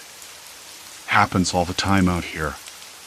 But then, as I reached for my phone, useless without signal, of course I caught it. A faint glimmer, barely perceptible, flickering in the corner of the room where the largest containment tank stood. I blinked hard. No, not a reflection. More like a ripple, a distortion in the air, like heat rising off pavement on a summer day. I stepped closer, my boots making uneven tapping sounds on the concrete floor. The tank's surface looked intact, but the faint shimmer persisted, twisting and curling like smoke caught in a silent breeze. It gave off no light of its own, but somehow it seemed to swallow the dimness around it, as though the darkness itself was moving. I swallowed, tasting the dryness at the back of my throat.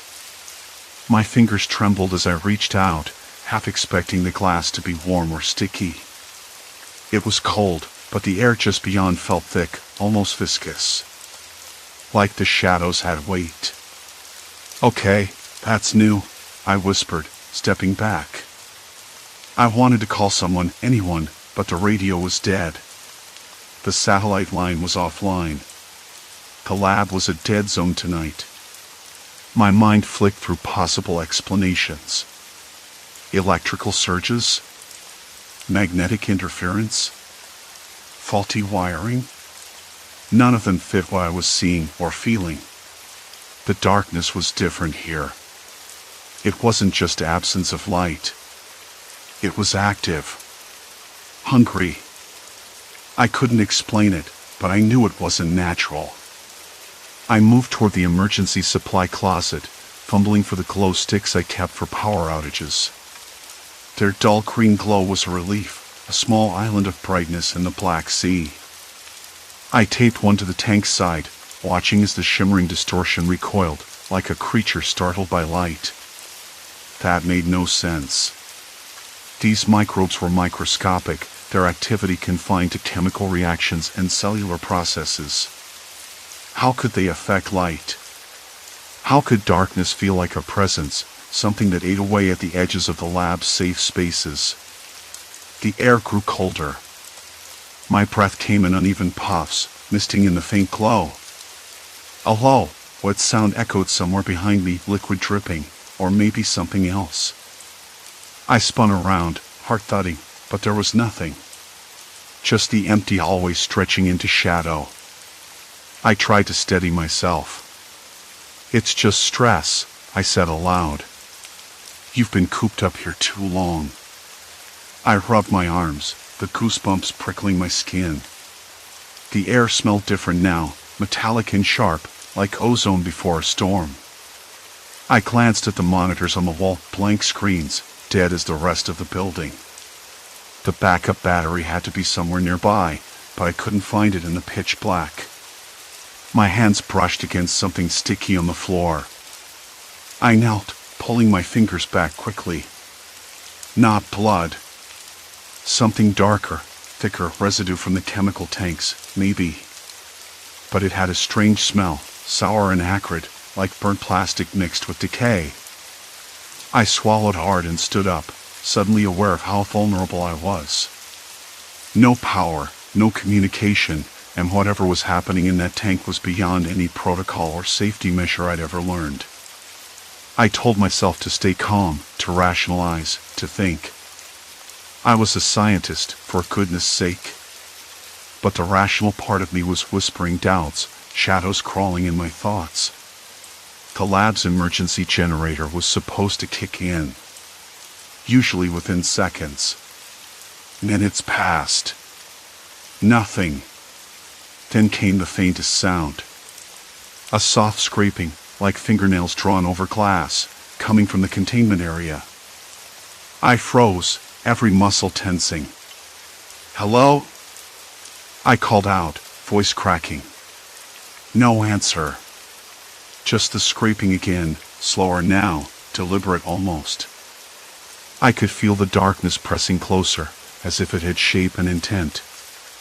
I backed away, my footsteps hesitant, uneven. I could no longer tell if the darkness was just absence of light or something that was alive, something that was waiting. Waiting for me. The scraping sound had stopped, but the silence that followed was worse, thicker, like it had weight. I stood frozen for what felt like minutes, the air around me suddenly colder, sharper. The emergency lights were supposed to flicker on, but the lab remained shrouded in darkness, my only illumination the faint glow of my phone's screen, which was already at 20% and dropping fast. I swallowed hard and forced myself to move. The containment area was just ahead, beyond the thick glass tank where the microbes were supposed to be safely sealed. I had to check the system logs, find out what had gone wrong. Maybe there was a backup somewhere, a manual override.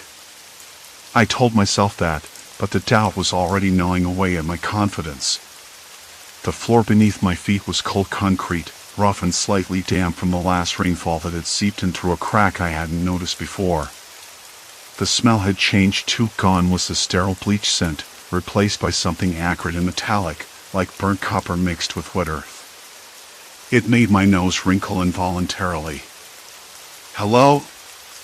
My voice cracked again, hardly steady. No answer. Only the distant hum of the wind outside, slipping through the ventilation ducts. I edged toward the control panel, hands trembling enough that I had to clutch the edges of the console to keep steady.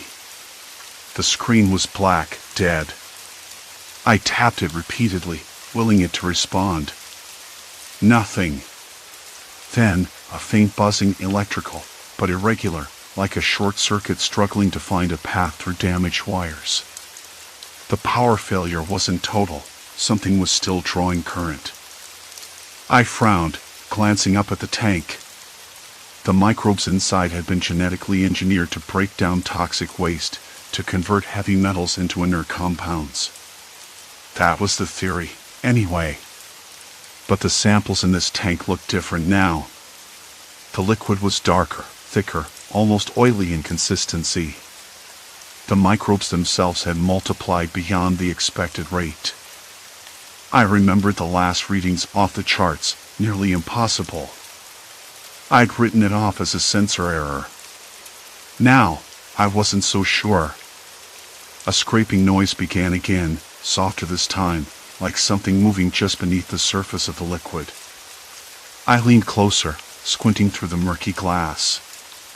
Shadows shifted in the tank, but not like anything I'd seen before. The microbes weren't just growing, they were organizing. Clumping together into shapes that defied logic, almost architectural. I blinked, trying to focus. Then my phone vibrated sharply in my pocket. I yanked it out, relief flooding me, an incoming call. I almost dropped it. It was Mara. Her name flashed on the screen, and I answered immediately, voice low. "Did you get the blackout too?" she asked, breathless. "Yes," I whispered, glancing over my shoulder. The generator didn't kick in.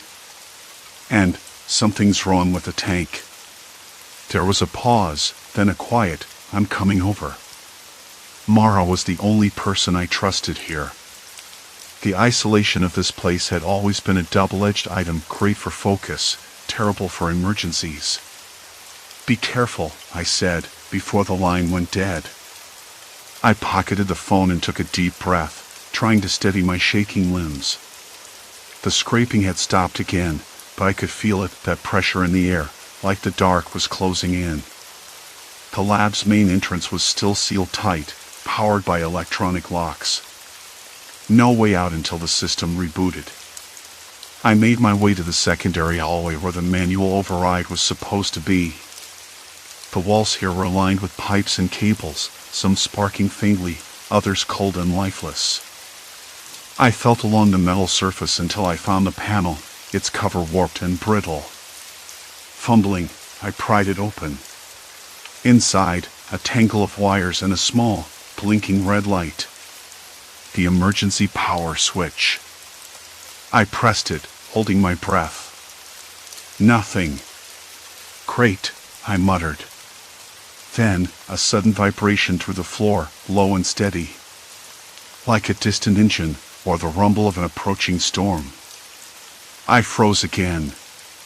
The hairs on the back of my neck prickled. The darkness at the far end of the corridor seemed to pulse, swallowing the faint light. I could almost hear a faint, what sounded like something slick and alive moving just beyond vision. I tried to shake off the feeling. Logic.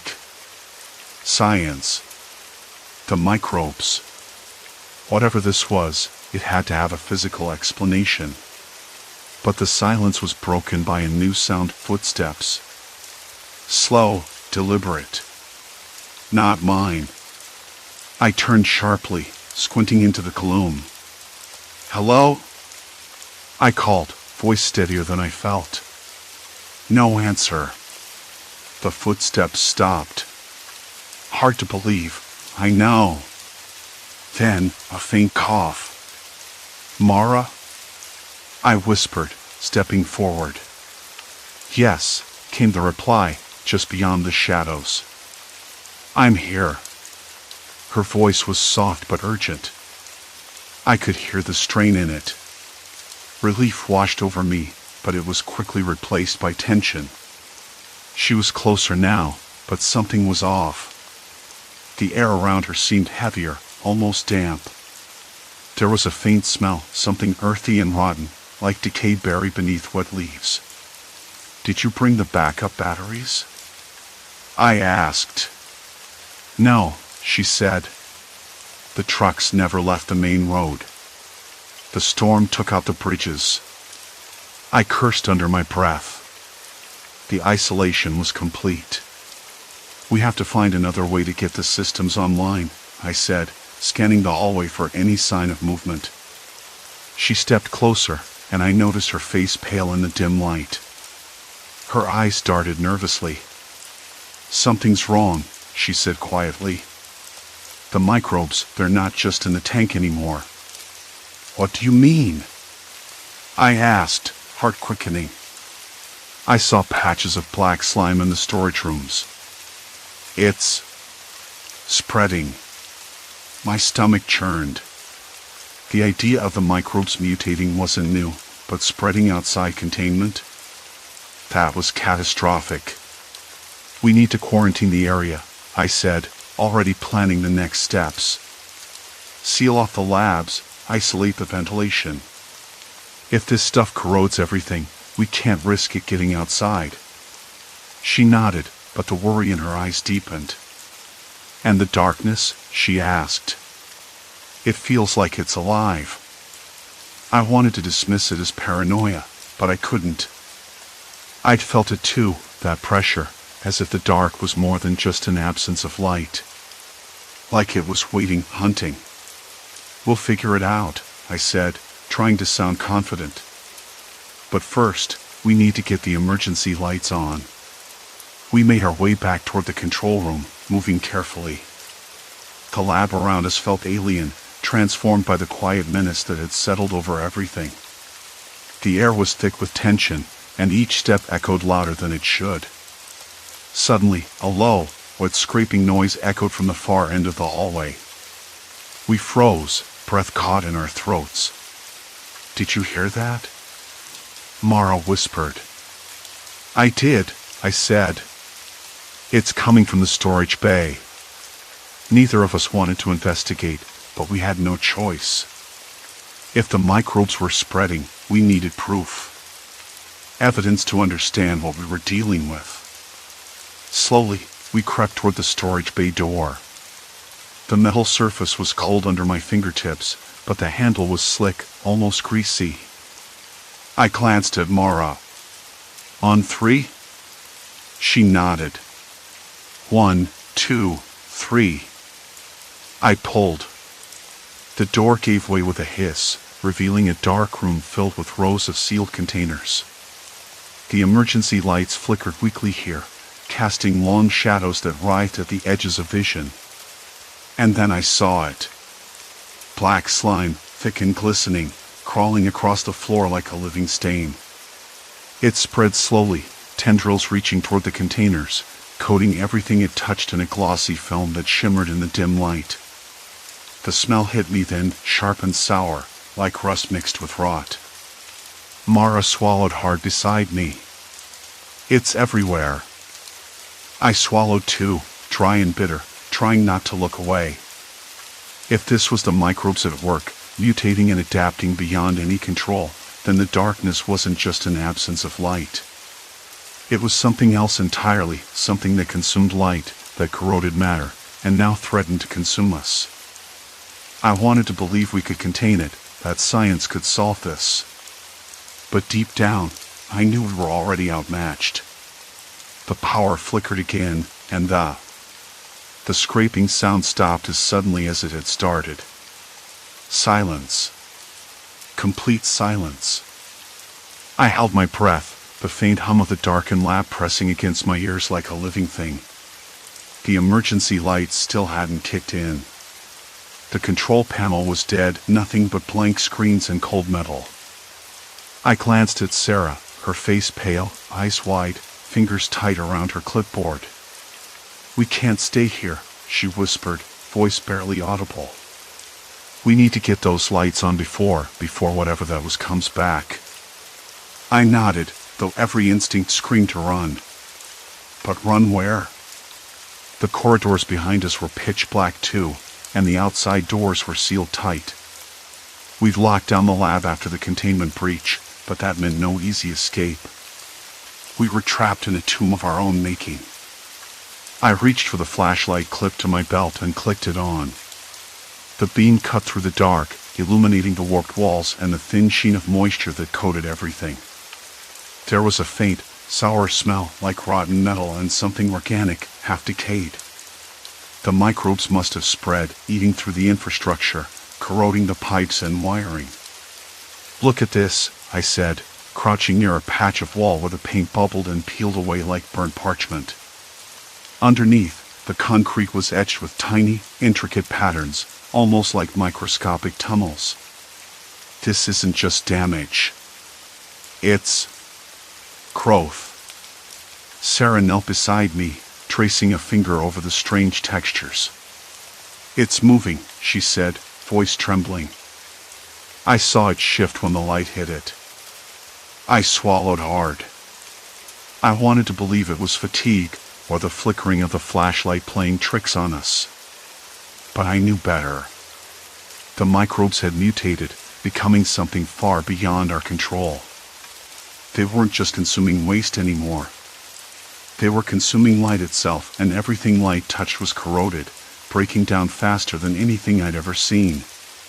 "We need to isolate the ventilation shafts," I said, standing up quickly. "If spores get into the air, cold and heavy with silence system, this whole facility could be compromised." Sarah nodded, already pulling up the schematics on her tablet, the glow from the screen a small island of light in the dark. "I'm on it. But the main control for the vents is in the sub-basement. That's a long way from here." I grimaced. The sub-basement was the lowest level, and the further we went down, the less stable the structure felt. If the microbes had spread that far, they might have already eaten through support beams or wiring. The thought made my stomach twist. "Let's move," I said. "Slow, steady. No sudden noises." We slipped through the hallway, flashlight beams darting ahead like nervous eyes. The silence was oppressive, broken only by the distant drip of water and the soft scrape of something wet against the floor behind us. I dared to glance over my shoulder, but saw nothing. Still, I could feel it, the darkness pressing in, thick and heavy, a physical weight. "Do you think it's intelligent?" Sarah asked, voice low, almost a whisper. I paused, considering. "I don't know. It's not alive like us. But it adapts. It reacts. It hunts in the dark." The phrase sounded absurd even to me. Darkness was the absence of light, not some predator lurking in the shadows. but the evidence was impossible to ignore. The microbes had created a kind of darkness that wasn't empty, it was active, corrosive, and deadly. The stairwell leading down to the sub-basement was narrow and claustrophobic. The air grew colder as we descended, and the smell became sharper, acrid, and metallic. My hands trembled as I gripped the railing, the rusted metal rough against my skin. Sarah's footsteps echoed, quick and uneven. About halfway down, the emergency lights flickered on for a moment, casting a sickly yellow glow before dying out again. For a heartbeat, I saw shapes moving just beyond the lights reach, shapes that shouldn't have been there. "Did you see that?"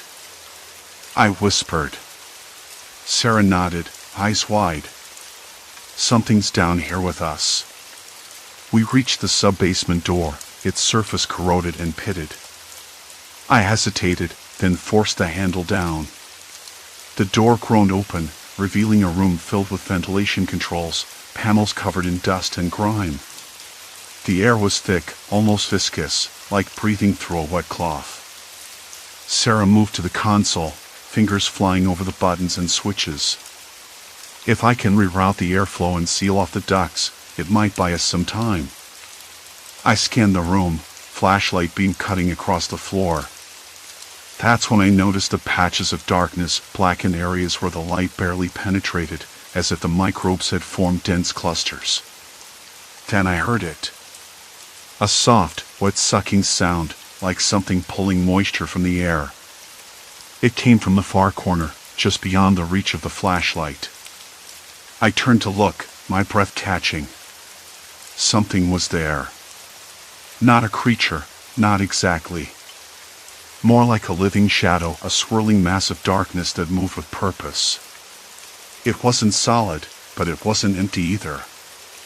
It pressed against the walls, oozed along the floor, the edges shimmering with an oily sheen. Sarah gasped beside me.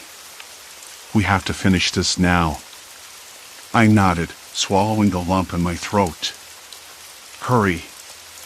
She worked frantically, the console lights flickering as systems struggled to reboot.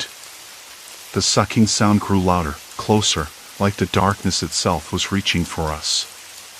Suddenly, the room plunged into total black. The emergency power failed completely. I froze, heart pounding wildly. "We're blind," Sarah whispered, barely audible over my ragged breathing. The darkness was no longer just absence, it was presence. It was around us, enveloping us, consuming the faintest hint of light. Then came the realization that crushed me: the power failure wasn't an accident. The microbes had done this. They could extend the darkness, choke out the light, and in doing so, seal us inside this living nightmare.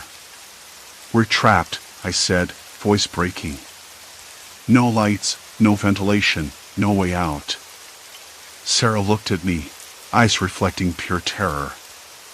"What do we do now?" I didn't have an answer. The microbes had rewritten the rules. The darkness was no longer just a setting, it was the enemy. And we had walked straight into its lair. A sudden scraping noise echoed again, closer this time, wet and deliberate. "We can't stay still," I said, forcing myself to move despite the cold sweat slicking my skin. "We have to find another way." But where? The hallways behind us had been sealed. The sub-basement was the lowest point. Our options were gone. I swallowed hard, the taste of metal and fear thick on my tongue. The microbes had mutated beyond anything we ever imagined. They consumed light, corroded everything, and now they controlled the darkness itself. There was no turning back. Only forward. And whatever waited in the shadows was coming for us. The darkness pulsed. It wasn't just an absence of light anymore, it was an entity, and it was hungry.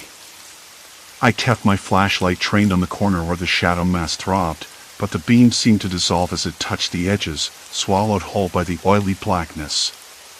The soft sucking sound continued, wet and desperate, like the lab itself was exhaling through some open wound. Sarah's voice cracked. If we don't seal the vents soon, it'll spread faster. We'll never outrun it. I nodded, but my hand shook as I reached for the console. The buttons felt slick beneath my fingers, as if coated in some invisible residue. Maybe it was from the microbes, or maybe it was sweat. I couldn't tell anymore. My throat was dry, taste metallic like copper. Almost there, she said, her breath ragged. Just need to override the main valve. I glanced back at the darkness. It had thickened, creeping out from the corner in slow, deliberate waves, tendrils licking at the floor, curling around discarded cables and splintered wood. The texture reminded me of wet tar, but this was alive, moving with a will. "Sarah," I whispered. "Do you think it's consuming the light? Like it's feeding on it?" She swallowed hard. "I don't know, but it's definitely not natural. It's changing the whole atmosphere. It feels like the air, cold and heavy with silence, is heavier." I swallowed a dry cough. The room smelled wrong, like burnt ozone mixed with something rotten, maybe the microbes breaking down the synthetic compounds we'd engineered. I could taste it, bitter and chemical, at the back of my tongue. Suddenly, the console sparked. A sharp crack echoed through the room, and the lights flickered weakly for a moment before dying again. Darkness swallowed us whole. The flashlight's beam was now a narrow, trembling thread in the abyss. I stumbled back, hand outstretched, fingers brushing cold metal. My breath hitched. The sucking sound grew louder, closer, wet and insistent. "Sarah?" I called, voice barely steady. "Where are you?" "Over here," she hissed, voice trembling. "I'm by the panel." I edged forward, feeling the cold slickness of the floor beneath my boots. Every step was a careful calculation. The darkness seemed to shift beneath me, slithering, alive. It pressed against my skin like a damp cloth, chilling and suffocating. Then I heard it, a faint scraping, like nails on glass, but wet and irregular. It came from behind the console. I froze. My heart slammed against my ribs. What was that? Don't know. Maybe the microbes, if they've mutated enough, maybe they're trying to break through. Break through what? I swallowed the lump in my throat. The walls? The lab? She didn't answer. Instead, a low wood squelch echoed, and I felt the floor vibrate slightly beneath us. Something shifted in the darkness, closer than before. "Sarah," I said, voice tight, "we have to get out." "Now!" "No," she whispered fiercely. "If we don't finish the ventilation override, we're trapped anyway." Her determination was a fragile thread in the storm around us. I admired it, even as my limbs trembled. The microbes weren't just spreading, they were transforming the space, turning everything into a hostile environment. The air had thickened so much I felt like I was breathing through molasses. My flashlight flickered again, spasming like a dying heartbeat. Then, the beam caught a shape. Not solid, more of a ripple, a shadow folding in on itself like a living stain. It moved toward me, slow but purposeful. "Step back," I said, voice barely above a whisper. "I don't know what that is." I took a step, then another. The darkness followed, undulating, sucking the light from the beam, erasing the edges of reality. My skin prickled, a crawling sensation like ants beneath my shirt. "Focus," Sarah urged. "You can do this." I wanted to believe her. I wanted to believe that we could outsmart whatever this was. But the shadow was spreading now, reaching out like fingers, and the air tasted sour, like something was decaying inside me. A sudden, sharp noise made me jump, a distant crack, like ice breaking. The ventilation duct above our heads shuddered, and a faint hiss of escaping air whispered through the darkness. "Did you hear that?" I asked. Is it coming from the vents? Yeah. Sarah's voice was tight. We're losing pressure. If the microbes get into the ductwork, there's no containment. I swallowed hard, trying to steady my shaking hands. We have to finish this now. Together, we moved toward the console, following the faint glow of emergency backup lights that flickered weakly on the far wall. The darkness seemed to recoil slightly from them, but only just. My fingers scrambled over the controls, pushing buttons, flipping switches. The console responded with a hum, then a low mechanical groan. The air shifted, colder, thinner. The microbes seemed to hesitate, a ripple of uncertainty passing through the black mass. Come on, Sarah whispered. Come on. The darkness was a living thing now. I realized that the microbes, the ones we engineered to devour toxic waste, had transformed into something else entirely. Not just a mutation in the petri dish or under the microscope, but an organism that fed on light itself, turning the shadows into a creeping predator. The power failure had been their invitation to roam. I didn't understand it at first. When the lights died, the lab became a cage. I could hear the faintest things, soft rustles, a wet, almost sticky sound of something moving across the walls and ceiling. It wasn't just silence. It was a silence full of waiting, of watching. I pressed my back against the cold metal of the storage cabinet, the roughness biting into my shirt as I tried to steady my breath. My hands trembled, fingers twitching like they wanted to run away or claw at something, anything, just to break the tension. I tried to call for help on the radio. Static. Nothing. The emergency generator was dead. No backup. Not here, not in the middle of nowhere. I knew the microbes weren't alive in any traditional sense. But what we created was something that thrived without light, something corrosive that ate through the lab's sealed walls like acid. I remembered the small sample containers, some of them cracked, their seals broken, the culture spilling onto the bench tops and floor. It had spread quickly, faster than anything I predicted. I had to keep moving, but the darkness clung to me.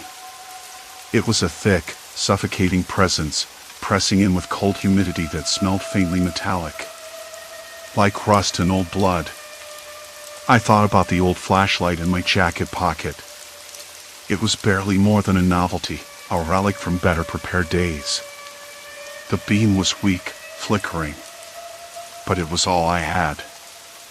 I flicked it on, the narrow circle of light trembling as I raised my arm. The microbes recoiled, a subtle but unmistakable retreat, as if the beam was a barrier too bright for them to cross. Yet, the shadows beyond the light seemed to pulse, as if breathing, waiting for the beam to falter again. I moved slowly, deliberately, feeling the smooth metal of the lab counters under my fingertips, the sticky residue of the microbial film that corroded everything it touched. The floor was uneven, slippery in places. Each step was a risk. I thought about the old security hatch near the storage bay, the only exit that didn't rely on electricity to open. I had to get there. The microbe's corrosive touch was everywhere. Equipment that once cleaned was now pitted and dull, the surfaces eaten away like aged parchment. I could taste the decay, a sharp bitterness at the back of my throat, almost metallic. My skin prickled with the sensation of the darkness brushing against me, a cold so deep it felt like it seeped through the pores. I whispered to myself, "Keep going. Keep going." The words sounded hollow, but I needed the sound. Needed to remind myself I was still here, still human. I wasn't sure how long I'd been in the dark. Time had lost meaning. When I reached the security hatch, I found it stuck. The microbes had crept into the seal, thick and slick. I pressed my palm against the metal, feeling the vibration of my own heartbeat in my fingertips. The hatch didn't budge. Then I heard it. A low, wet scraping sound behind me. I froze. My flashlight flickered, and in that brief blink of darkness, the sound grew closer. The microbes, no, the darkness itself, was moving, hungry. I could feel it pressing against the back of my neck, a cold breath that tasted of rust and rot. I turned sharply, shining the light into the blackness. The beam caught on something writhing, a massive slick, glistening growth that pulsed faintly, eating away at the wall panel. It was alive in the only way that mattered. It was spreading, consuming, and I was trapped inside. I backed away slowly, trying not to make a sound. The hatch was my only chance. I gritted my teeth and pressed harder against the seal, feeling the microbes give way, a slimy resistance that made my skin crawl. With a final shove, the hatch creaked open. Cold night air rushed in, sharp and clean. The faint stars overhead were pinpricks of light, distant and indifferent. I stumbled through the opening, the grass cold beneath my hands as I pulled myself out. The microbes didn't follow. They couldn't survive without the darkness of the sealed lab. I lay there for a moment, the night sky above me, lungs burning with relief as I gulped in fresh air. The lab behind me was quiet, the darkness contained for now. I knew it wouldn't stay that way. Something we created had turned against us, a reminder that nature, twisted or not, had its own rules. The sun rose hours later, pale and hesitant. I watched it climb the sky, the light burning away the shadows like a promise. I felt different, stripped raw by what I'd endured. The microbes had taught me that darkness wasn't just the absence of light. It was a force. A predator. I didn't speak about what happened. How could I? Who would believe the darkness was alive? The labs were sealed, quarantined. The government would spin it into reports and statistics, sanitizing the horror into numbers. But I knew what I saw, what I survived. And I knew the microbes weren't gone. They were waiting in the dark, always waiting for the next light to fail. I left the remote outpost behind, but something stayed with me, a gnawing unease, a shadow that lingered in the corner of my vision, in the silence between sounds. I learned that some creations are best left untouched, and some darknesses are not meant to be challenged.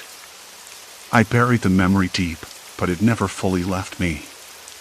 The lab, the microbes, the suffocating darkness, they were part of me now. A warning in every flicker of a failing light, a whisper in every shadow. Sometimes, late at night, I still reach for the light switch. And sometimes, it doesn't come on right away. Silence. Complete silence. Story 5, Time-worn stranger at campfire, lost between eras. I remember the first night at the campsite like it was stitched into the back of my eyelids, a patchwork of sounds and smells that refused to settle even after I'd left. I told myself I came here for a break away from the noise of the city, the constant buzz of emails and half-finished conversations. Just me, some books, and the wilderness. Nothing fancy. No distractions. Even now, I can't decide if it was a good idea or not. The first few hours were exactly what I'd wanted, the crackle of a small fire, the occasional rustle of a squirrel or bird, the slow crawl of darkness over the treetops. I remember the rough texture of the bark against my fingertips when I collected kindling, the way the dry wood snapped under my careful weight. The cold seeped into my boots as I settled near the flames, the warmth licking my skin in waves. When the night deepened, the usual sounds of the forest took on a different tone. Crickets chirped in uneven rhythms, and somewhere far off, a dog barked, sharp and sudden, then fading into the distance. Silence. Complete silence. It wasn't unsettling exactly, but it was different from the city's constant hum. Even the wind felt hesitant, whispering through the branches rather than roaring. I was halfway through a chapter in my book when I heard footsteps. Slow, deliberate. Crunching on dry leaves. I froze, the book slipping from my fingers. At first, I thought it was just another camper, but the way the steps paused and shifted suggested something else. A hesitation. Near the edge of the clearing. The light from my fire flickered against the trees. "Hello?" I called out, hoping my voice didn't crack. Nothing. Just the wind picking up, rattling the branches overhead. A figure emerged from the shadows. A man. Pale face, eyes wide as he stepped into the firelight. His clothes looked off. Like they'd been stitched together from different decades, or maybe thrifted and mismatched. A loose cardigan over a faded shirt, trousers too short at the ankle. His hair was cut strangely, too neat, too deliberate, like a style borrowed from a longer past time. "Sorry," he said, voice low and uncertain. "I didn't mean to scare you. I'm lost." I blinked, trying to place him. The chill in the air seemed to deepen, even though the fire still crackled. Something about the way he looked at me, like he was trying to remember where he was, or what he was supposed to be doing, made my skin prickle. "Lost?" I repeated. "You're okay? You need help?" He nodded, swallowed hard. I'm not sure where I am. I thought I was on the road to Millersville, but this doesn't look right. I glanced around. Millersville was about 10 miles east, but the road out here was little more than a dirt track, overgrown and barely visible under fallen leaves. "You've been walking a while?" "Yeah," he said, rubbing the back of his neck. "Couple of hours, I think." He shifted his eyes, then added, "Or maybe longer." "I don't really know." I wanted to ask him why he looked like he had stepped out of a black and white photograph, but the words caught in my throat. Instead, I offered him a seat near the fire, and he accepted without hesitation. His name was George, he said. He carried no phone, no map, nothing that could explain why he was so out of place. Yet the more he talked, the more the details grew tangled. He mentioned a car that didn't match any modern model, spoke about radio stations that had shut down decades ago, and referenced events I knew to be long past. I told myself it was just confusion, maybe a trick of memory or a joke gone too far.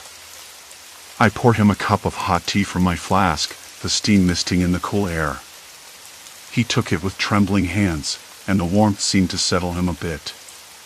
"That's better," he said, his voice steadier. "Thank you." We sat in silence for a while, watching the fire's glow paint his face in soft orange hues. The forest seemed to hold its breath around us, every creature still. There was a faint rustling behind the trees, but I told myself it was just the wind again. Eventually, George stood up, brushing off his trousers. "I should keep moving," he said. "Maybe I'll find a road soon." I nodded, unsure if I should offer to walk with him or just stay put. There was something about him that made me uneasy, but I couldn't say what. His eyes held a flicker of desperation that went beyond simple disorientation. He paused at the edge of the clearing, glanced back once more. "Thanks for the fire," he said. "I don't know why, but I feel like you're the only person who's seen me." And then he was gone, swallowed by the shadows where the trees closed in tight. The silence returned, heavier this time. The fire's crackle felt distant, almost fragile. I rubbed my arms, suddenly cold and alert. Something was wrong here, more than just a lost traveler. I didn't sleep that night. I listened to the forest breathing, waiting for the next interruption, wondering what I'd just let into my world. Dawn crept slowly, painting the sky in bruised purples and faded golds. When the first light finally touched the clearing, I found a single ash-blackened feather lying where he had vanished. It wasn't just a man I'd met, it was something else entirely. The ash-blackened feather lay on the damp earth like a dark promise. I stared at it long after the fire had burned low, the embers whispering faintly beneath the cooling ash. Dawn was still hours away, but I couldn't stop my eyes from searching the shadows beyond the clearing where the stranger had disappeared. The forest seemed quieter now, too quiet, like it was holding its breath. I didn't sleep that night. I sat by the dying fire, fingers tracing the rough bark of a fallen log, my mind replaying every detail of the man's visit. His eyes, the desperation, the way he looked over his shoulder, as if something was chasing him, except there was no one there. Not in the way I could see. Morning came slow, a muted gray light creeping through the trees, the usual chorus of birds strangely absent. I brushed the feather between my fingers again. It was stiff, almost brittle, but unmistakably black, like it had been charred. I tried to convince myself it was a crow's feather, maybe burned in the fire, but it didn't feel right. I wrapped it in a scrap of cloth and stuffed it into my pack. If I was going to figure out what was happening here, I needed to start gathering clues. By mid-morning, the campsite looked untouched, but the unease had settled deep in my bones. I began a systematic search of the clearing and the surrounding woods, moving slowly, methodically, like I was trying to piece together a puzzle I didn't fully understand. The ground was damp, still holding the night's chill. Moss clung to the tree trunks, soft and cool under my fingers. The air smelled faintly of pine and something else, something metallic, coppery. My eyes caught a glint near a cluster of ferns, and I crouched down to pick up a small, rusted pocket watch. The glass face was cracked, the hands frozen at 3:17. I turned it over, hoping for a maker's mark or a clue to its origin, but found only a faint engraving, to E.M., with all my love. The initials meant nothing to me, but the watch felt out of place here, like a relic dropped by someone who wasn't meant to be in this time, or at least not in this forest. I pocketed the watch and moved on, scanning for anything else unusual. The forest floor was littered with pine needles and scattered leaves, but there were no footprints aside from my own and the faint tracks left by the stranger last night. Still, I couldn't shake the feeling that I wasn't alone. The thought chilled me to the bone. That afternoon, as the sun climbed higher and the shadows grew shorter, I heard voices. Whispered, urgent, coming from the far side of the clearing. I froze, straining to listen. They didn't sound like the man from last night. These voices were sharper, more frantic. I edged closer, keeping low behind a thick stand of bushes. Two figures emerged into view, both disheveled, eyes darting. One was a woman, her clothes a patchwork of fabrics that looked decades old but didn't match any era I recognized. The other was a younger man, clutching a battered suitcase that looked as worn as he did. They spotted me immediately. The woman's eyes widened, and the man stepped forward, hands raised in a non-threatening gesture. "We're lost," the woman said quickly, her voice breathy but firm. "We don't know how we got here." I blinked, confused. You're from around here?" She shook her head. "No. We're travelers. But not like you think. We're from different times." I wanted to laugh, but something in her tone stopped me. It wasn't a joke or a trick. There was a raw edge to her words, like they had been rehearsed too many times and now barely held together. "Different times?" I repeated, swallowing hard. "What does that mean?" The younger man spoke then, voice cracking. "We don't understand it ourselves. One moment we're somewhere else, and the next we're here. We've been trying to find each other, to figure out why." Their story felt impossible, and yet their eyes didn't lie. There was a shared exhaustion, a desperation I recognized. But the details didn't add up. Their clothes, their speech, the things they remembered, they clashed in ways that made no sense. I studied them quietly, searching for the cracks. The woman kept glancing at the woods, as if afraid something was watching. The man's hands trembled when he set down the suitcase. I noticed a faint smell of antiseptic on his skin, like he'd been in a hospital recently. "Why here?" I asked finally. "Why this forest?" They exchanged a glance, and the woman's lips pressed into a thin line. "It's the only place we all remember. Or think we do." I hesitated. The weight of their words pressed against me, heavy and confusing. "You say you're from different decades?" "Yes," the woman said. "But the years don't make sense anymore. They blur." I thought about the watch, the feather, the strange void in the woods. Something was wrong, something far beyond lost travelers or mismatched memories. "Have you seen him?" I asked, the name slipping out before I could stop it. "The man from last night?" They both nodded, eyes darkening. "He's one of us," the man said. "But he's different now." "Different how?" I pressed. The woman swallowed, eyes flicking to the trees. "He's changed. The forest did something to him. To all of us, maybe." Their words sent a chill crawling up my spine. The forest wasn't just a place where people got lost. It was a trap. A cage. I looked at the suitcase again, wondering what secrets it held. The man noticed and shook his head. "Nothing inside but memories," he said softly. I wanted to believe them. I wanted to find a logical explanation. But as twilight bled into the sky, turning the world of bruised purple, I knew the truth was darker. The forest wasn't just swallowing time, it was swallowing people.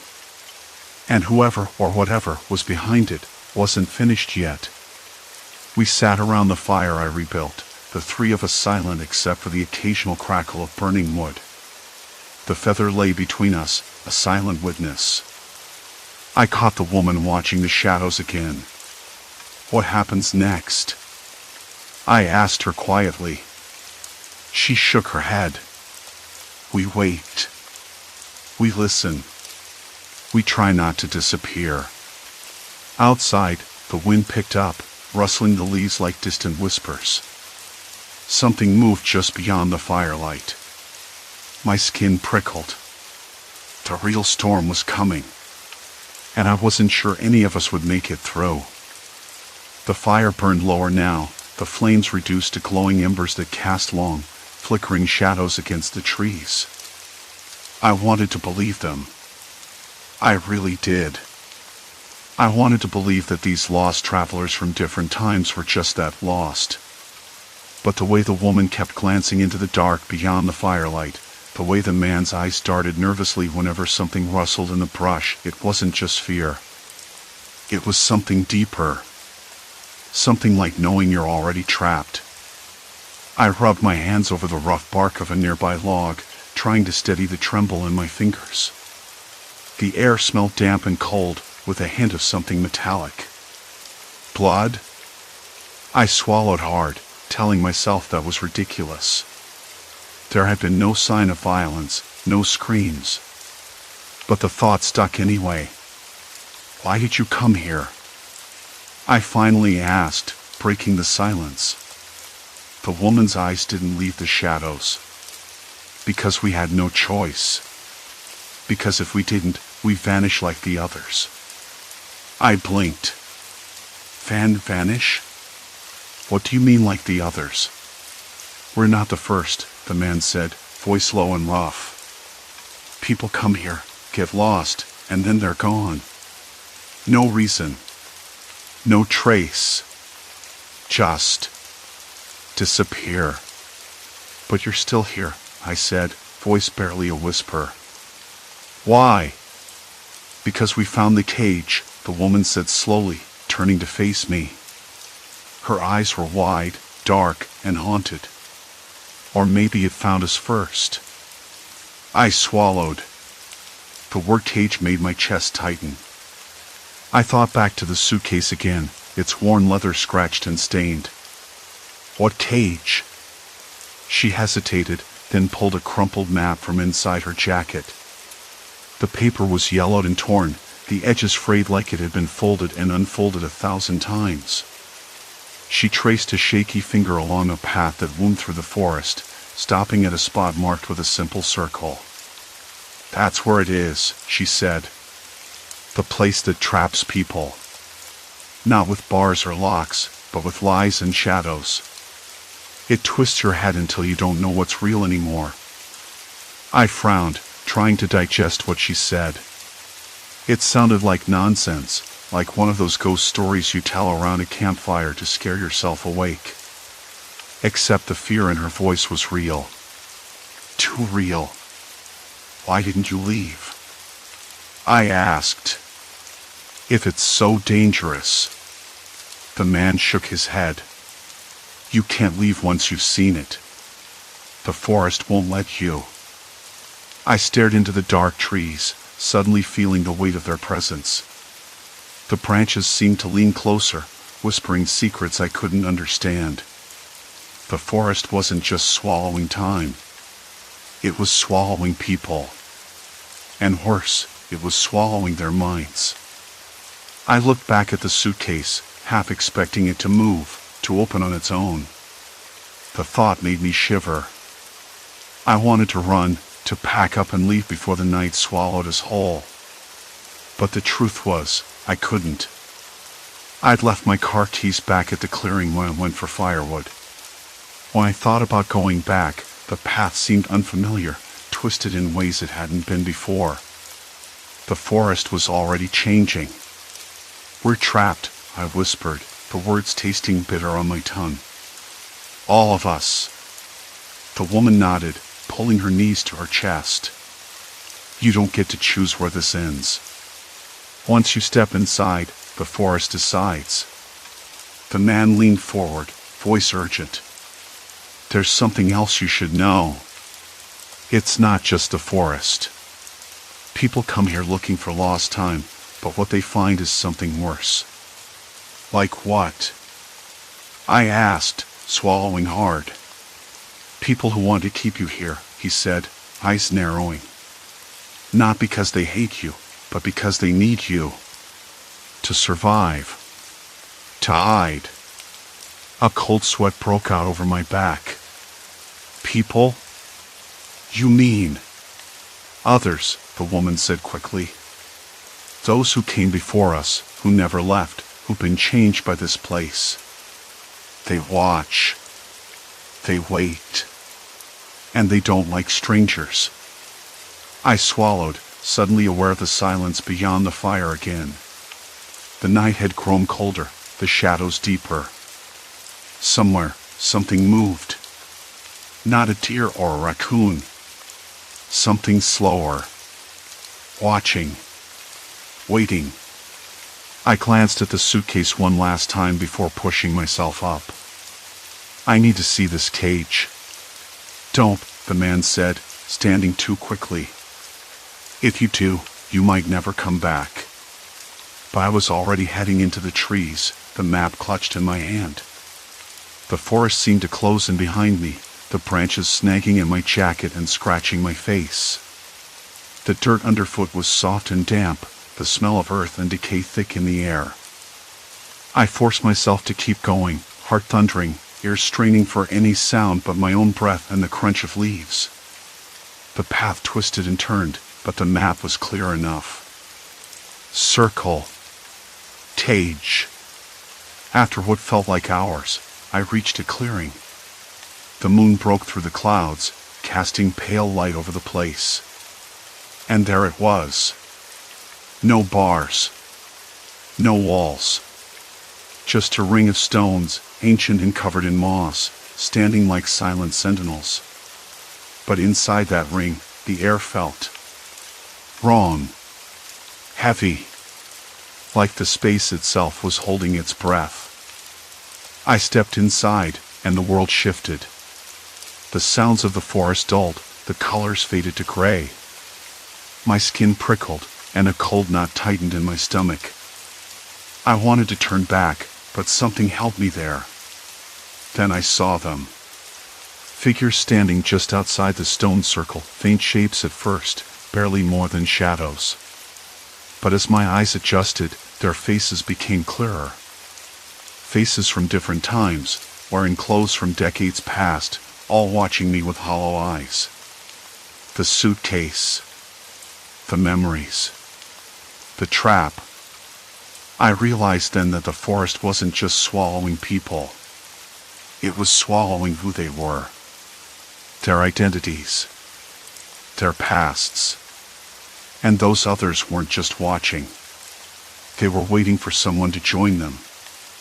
I spun around, heart hammering, desperate to escape. But the path back had vanished. The trees had closed in tight, nothing but darkness and silence beyond the stones. I was inside the cage, and it was already closing. I could hear the footsteps now.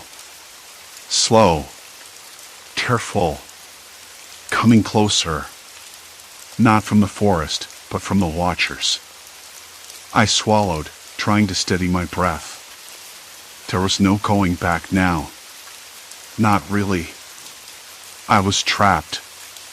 And whoever or whatever was behind this wasn't finished with me yet. The footsteps stopped. Just beyond the circle, the watchers held their ground, unmoving, like statues carved from mist. My skin prickled, every nerve stretched thin beneath the weight of silence that fell suddenly, thick and suffocating. I couldn't tell whether the darkness around me was growing or if my eyes had simply failed. The forest had swallowed the path, the stones, and now me. I was caught in a tightening coil, and the watchers, those lost travelers wearing decades like ill-fitting skin, were the last thing I saw before the blackness pressed in. I swallowed hard, my mouth dry enough to crack. The smell of damp earth and rotting leaves filled my lungs, but beneath it, something else lingered, a faint, metallic tang that made my tongue curl. Blood? Sweat? I couldn't be sure. The air was thick with it, pressing down, making it hard to think. My hands trembled against the rough stone edge of the circle, nails digging into the cold surface as if it could anchor me to reality. "Who are you?" I whispered, voice cracking. The words felt small, fragile against the vast silence. No reply. Only those hollow eyes, their faces shifting in the dim light, some young, some old, some with lines deep enough to carve a century into. The clothes were wrong, all wrong. The styles didn't match their stories, their accents stumbled over the era they claimed. It was as if the past had been stitched together poorly, a patchwork of forgotten truths and deliberate lies. I stepped back, heart thudding painfully against my ribs. The forest seemed to breathe around me, branches creaking, the dry rustle of leaves like whispers just out of reach. My eyes darted. The watchers didn't move, but I felt their gaze like needles prickling my skin. I had to get out. Had to find the trail. But the blackness beyond the stones was a wall, a void that refused to give way. A voice broke the silence. Quiet, smooth, almost too calm. "You shouldn't be here." I spun toward it. A man stood just beyond the circle, but this one wasn't like the others. His clothes were modern, jeans, a dark jacket, but his eyes were colder, sharper, calculating. A flicker of something dangerous passed over his face, and I stepped back instinctively. "Who? What are you?" My voice was barely steady. He smiled, slow and thin. "Lost, like the rest of them." "Lost?" I echoed. "You mean those people out there?" He nodded. "They're not visitors. Not travelers. They're reminders. Ghosts of mistakes. People who tried to leave but never really did." The air felt colder now, a chill that crept into my bones. I swallowed again, tasting the bitter tang of fear. But why? Why bring me here?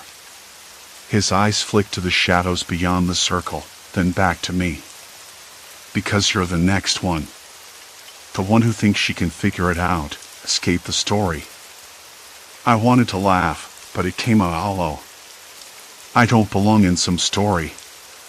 He shrugged, stepping closer. You do now.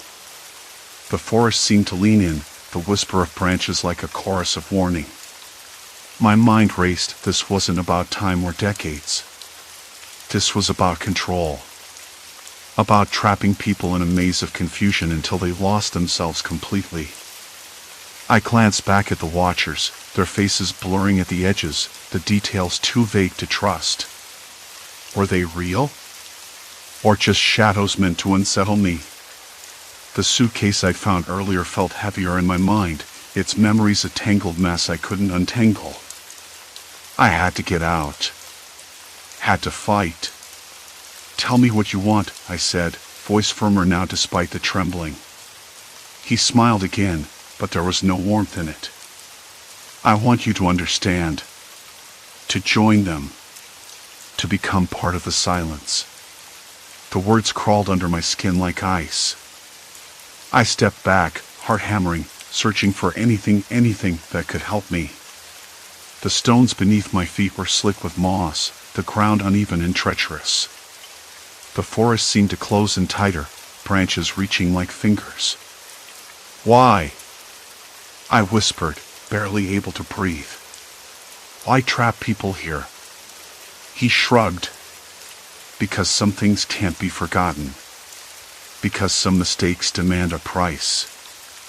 I swallowed hard, the metallic taste now unmistakably blood.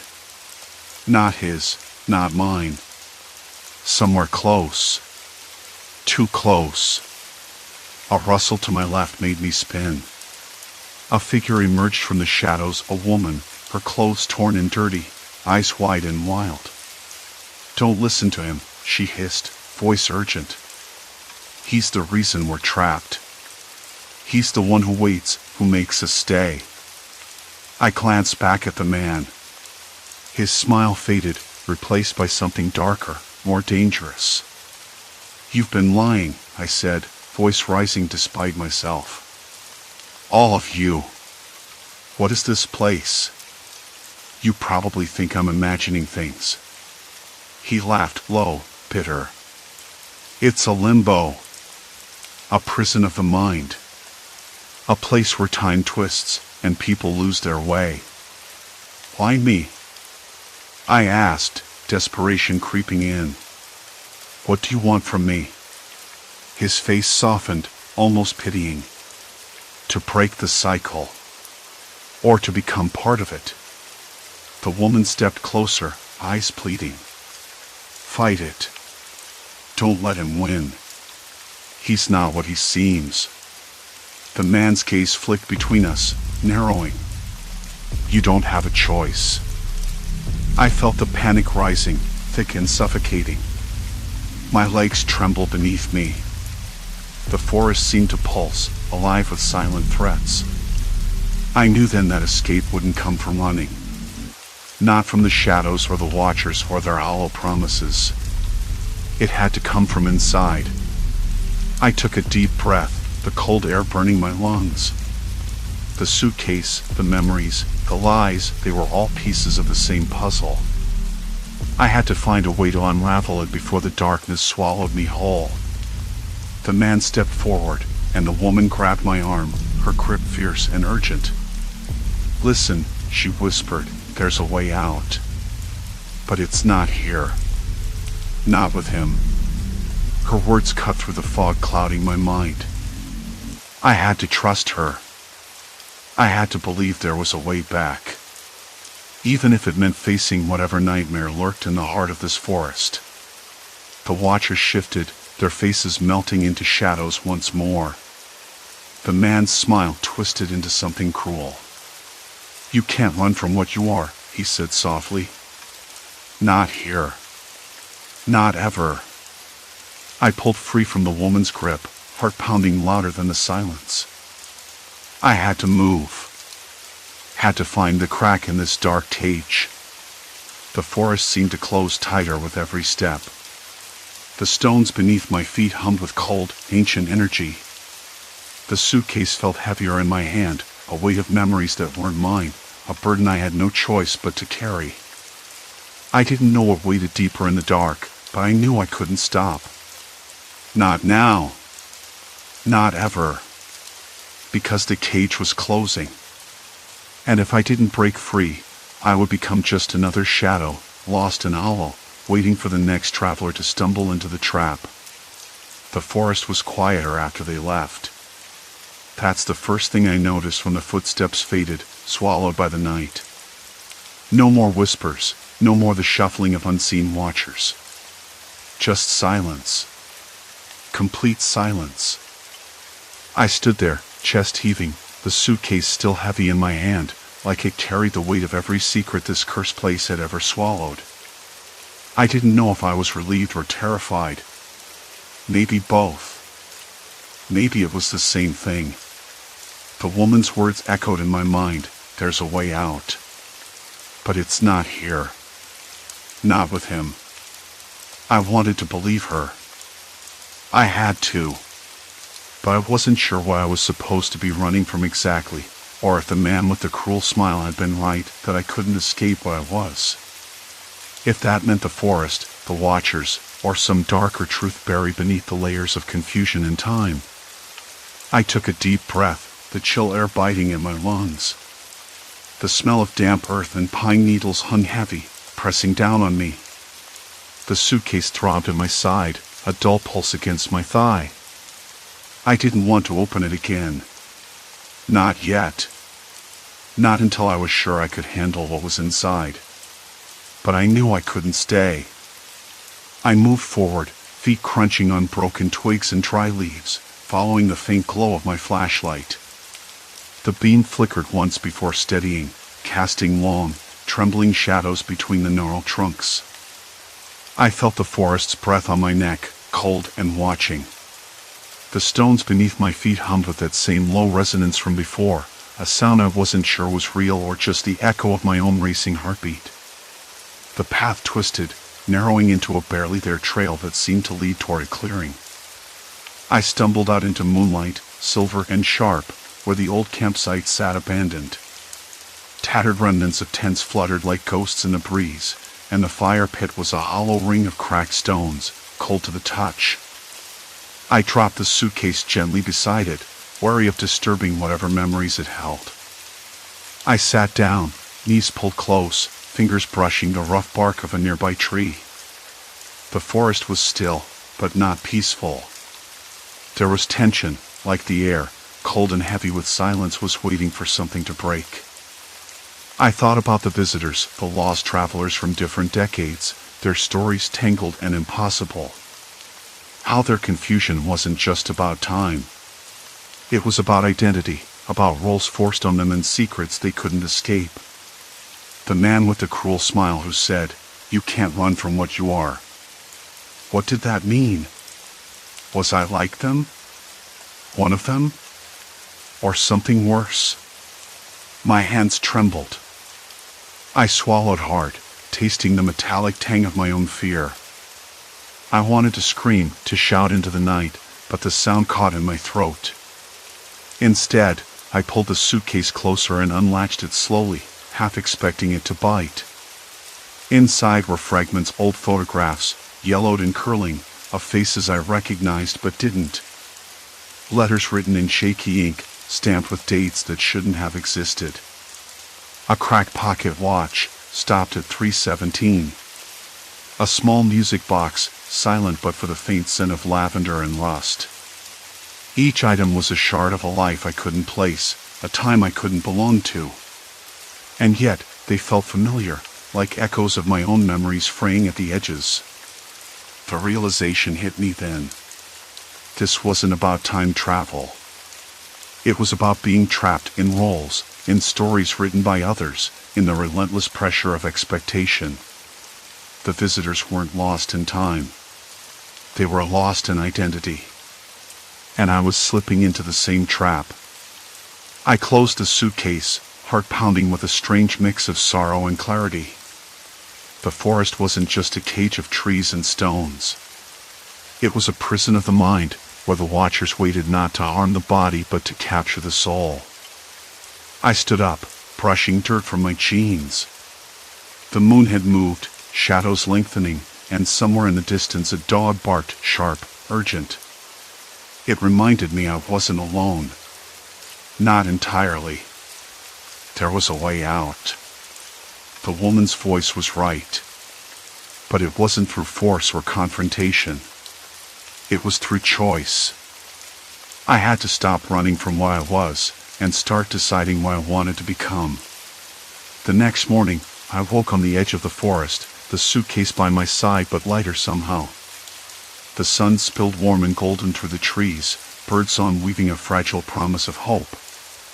I had made it through the night, yes, but more than that I had faced the dark and found a crack in the cage. I didn't know what lay ahead beyond the trees, or if the watchers had truly let me go. But I carried something with me now, a flicker of freedom, fragile and fierce. Walking away from the campsite, the suitcase felt less like a burden and more like a key. Not to escape the past, but to unlock the future. The forest remained behind me, silent and waiting, but I was already moving forward. I could still hear the faint echo of that cruel smile in my mind, but it no longer held power over me. Because I wasn't running anymore. I was choosing. And sometimes, that was the scariest thing of all. The forest would remember me. The watchers would too. But I had remembered myself. And that made all the difference. Story 6, Time-Locked Cabin, Haunted Rentals Temporal Trap. The moment I stepped through the front door, a strange quiet settled over me, a quiet so absolute that it felt almost deliberate. I'd booked the rental 3 weeks earlier, scrolling through endless online listings after a month that had ground me down to a fine powder. The city noise, the endless emails, the people I barely liked but had to tolerate, it all felt like a slow squeeze on my chest. When I found the listing for this place, described as secluded, peaceful, a perfect escape, I didn't hesitate. The photo showed a small, weathered cabin on the edge of dense woods, with a porch just wide enough for a chair and a good book. The kind of place where you could forget the world. But standing inside now, I couldn't shake the feeling that the house was watching me. The floorboards creaked softly underfoot, and the faint hum of a refrigerator in the kitchen was the only sound breaking the stillness. I set my bag down on the rough-hewn wooden table, the surface scratched and uneven, like it had stories to tell I wasn't meant to hear. I ran my fingers over the grain, feeling the texture rise beneath my skin, cool and slightly sticky with some unidentifiable residue. I tried to ignore the chill creeping up my spine as I glanced out the window. The trees leaned in close, their branches scraping against the glass like fingernails.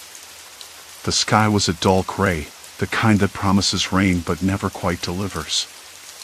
I muttered to myself, well, at least it's quiet. The first night passed with little incident. I had unpacked and made a simple dinner, canned soup heated on the old stove, the flame flickering under the pot unevenly.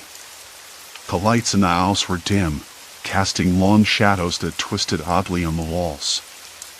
I told myself it was just the age of the place, the way things settled when no one was around. I was tucked into the worn couch by 9, the blanket pulled tight around my shoulders, the silence outside pressing in. I read a few pages of a book I had brought, but the words blurred. Sleep came easy, or so I thought. Morning arrived with a soft chill that slipped through the cracked window pane. I woke to the sound of a buzzing phone on the kitchen counter. It wasn't mine. My phone was still on silent by the bed, screen dark. The buzzing stopped and started again, insistent. I crossed the room, rubbing the sleep from my eyes, and found a black smartphone lying face up next to the toaster. It wasn't mine. I never owned a phone like that. The lock screen showed a time I didn't recognize, 7:03 a.m., but the date was yesterday. I swiped to unlock it, and the screen lit up with a cascade of notifications, emails, messages, social media alerts. From people I didn't know. Names like Maya, Luke, Sophie. Pictures of places I'd never been, smiling faces I didn't recognize, and conversations about plans I had no part in. My hands trembled as I scrolled. There was a message from Maya. Did you see the news? I can't believe what happened downtown. We should talk. Another from Luke. Missed you at the meeting. Everything okay? I tried to piece it together, but it made no sense. I didn't know these people. I didn't have meetings. And there was no news I was aware of. The whole thing felt like a bad joke or a prank, except the phone wasn't new. It looked used, worn around the edges like it had been carried everywhere. I set it down carefully on the counter. The buzzing stopped. Then, I heard it. A faint knocking at the back door. I froze. There was no path to the back from the woods, no sign anyone should be near. I told myself it was the wind, an animal, or maybe a branch falling. But the knocking came again, 3 light raps, deliberate and slow. I walked over, every nerve on edge. The door was old, the paint peeling, the latch rusted. I peered through the small window and saw nothing but the dense forest. No footprints in the dirt, no movement. Just the trees. Hello? I called, voice cracking more than I expected. Is someone there? Silence. Complete silence. I closed the door and locked it, even though the bolt was shaky and the key rattled in my hand. Back inside, I tried to shake off the unease. I told myself I was imagining things, that the phone was left by the previous guest and I had simply found it. Maybe the messages were old, or meant for someone else. I sat down at the kitchen table, the morning light slanting through the curtain, casting stripes across the floor. I had coffee ready in the pot. The bitter smell filled the air, grounding me a little. But my eyes kept flicking back to the phone. I glanced at the screen again. Another notification popped up. An email this time, subject line, "Where were you last night?" I didn't open it. I didn't want to know. Instead, I stared out the window, watching the branches sway, wondering if I'd made a mistake coming here. The peace I sought felt fragile, like a thin sheet stretched over something dark and restless. Maybe it was just the loneliness talking. Maybe I was too tired. But something in the silence told me otherwise. The weight of unanswered questions pressed harder, and despite myself, I reached for the phone again. This time, I opened the email. The message was short, almost curt, but its implications were anything but. We need to talk. There's more going on here than you realize. Meet me at the old pier tonight. Come alone. No signature. No name. I closed the laptop slowly, the screen's glow lingering in the dim room. My heart hammered, not from fear exactly, but from the sudden thrill of urgency. After days of quiet, of creeping suspicion, this was the first real sign that I might be on the right track. Outside, the wind rustled the leaves again. I debated, should I tell someone? Trust anyone? The knock at the door startled me. I wasn't expecting anyone. I opened it to find Mara, her eyes sharp, a cigarette dangling from the corner of her mouth. "You're still poking around," she said, voice low. "I figured you'd have given up by now." "I'm not here to give up," I said, stepping aside to let her in. Mara's gaze flicked toward the laptop, its blank screen like a silent witness. "Be careful," she warned. "Some things sleep for a reason. You wake them, and they bite." I wanted to ask what she meant, but she was already moving toward the window, peering out through the curtains. "Tonight, then," she said abruptly. "If you're going to meet whoever sent that, I'll come with you." "No," I said. "They want me alone." Her eyes narrowed. "Suit yourself. But don't say I didn't warn you." Later, as dusk thickened, I found myself walking toward the pier, the cold air biting at my skin. A figure waited at the far end, back to me. "Who sent you?" I asked, voice quieter than I expected. The figure turned. It was Jonas, someone I hadn't seen in years, the last person I thought I'd meet again here. "We don't have time," he said, eyes scanning the shadows. "But you need to know, the piece you're chasing? It's a lie. It never was real." I swallowed hard. "Then what is real?" Jonas hesitated, glancing behind him, then back. "The truth. And it's darker than you think." The night air was sharp against my face as I walked toward the pier, the wind carrying a briny taste that made my tongue itch. I kept my eyes on the uneven wooden planks beneath my feet, slick with dampness, but my thoughts were tangled in Mara's warning. Some things sleep for a reason. You wake them, and they bite. She sounded almost amused, but the weight behind her words settled in my chest like concrete. The pier stretched into the dark water, creaking faintly with each gust. A single lamp flickered overhead, casting long shadows that danced and warped like restless ghosts. I stopped halfway, the solitude pressing down so heavily it made my skin crawl. I wasn't expecting anyone, but the feeling of being watched wasn't just paranoia anymore. I pulled my jacket tighter, the rough fabric scratching at my neck as I fumbled with my phone, trying to steady my trembling hands. The screen lit up, and I scrolled through the latest emails again, messages from strangers whose names I didn't recognize, talking about meetings and deadlines I had no memory of. One email had an attachment, a photo of a room that wasn't mine, a cluttered office with a calendar marking a date 2 weeks from now. I blinked at it, the edges blurring. A sudden noise made me jump. Somewhere off to my left, a dog barked, sharp, urgent. I swallowed hard, the sound echoing in the cold night. Maybe it was just a neighbor's pet, but it felt like a warning. I wasn't ready to admit it, but I was in over my head. Back at the rental, the house was colder than I remembered. I flicked on the kitchen light, but the bulb buzzed and sputtered before settling into a dim glow. The air smelled faintly of mildew mixed with something metallic, like old pennies left out in the rain. I pulled open the fridge, hoping for something to ground me. Mostly just leftovers and a half-empty bottle of water. I sat down at the kitchen table, the wood rough under my fingers, and opened the laptop again. It had powered on this time, but the desktop was blank, except for a single folder named Archives. I hesitated before clicking it open.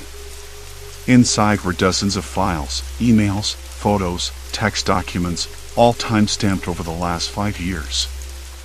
I skimmed through a few, and the names were different each time, but the pattern was the same. People trapped in this house, their lives bleeding into one another like a bad dream. Some mentioned strange disappearances, others hinted at surveillance. A few had desperate pleas for help. I swallowed hard. How could I explain this? To whom? Mara's warning echoed again. The laptop pinged a new message. My breath caught.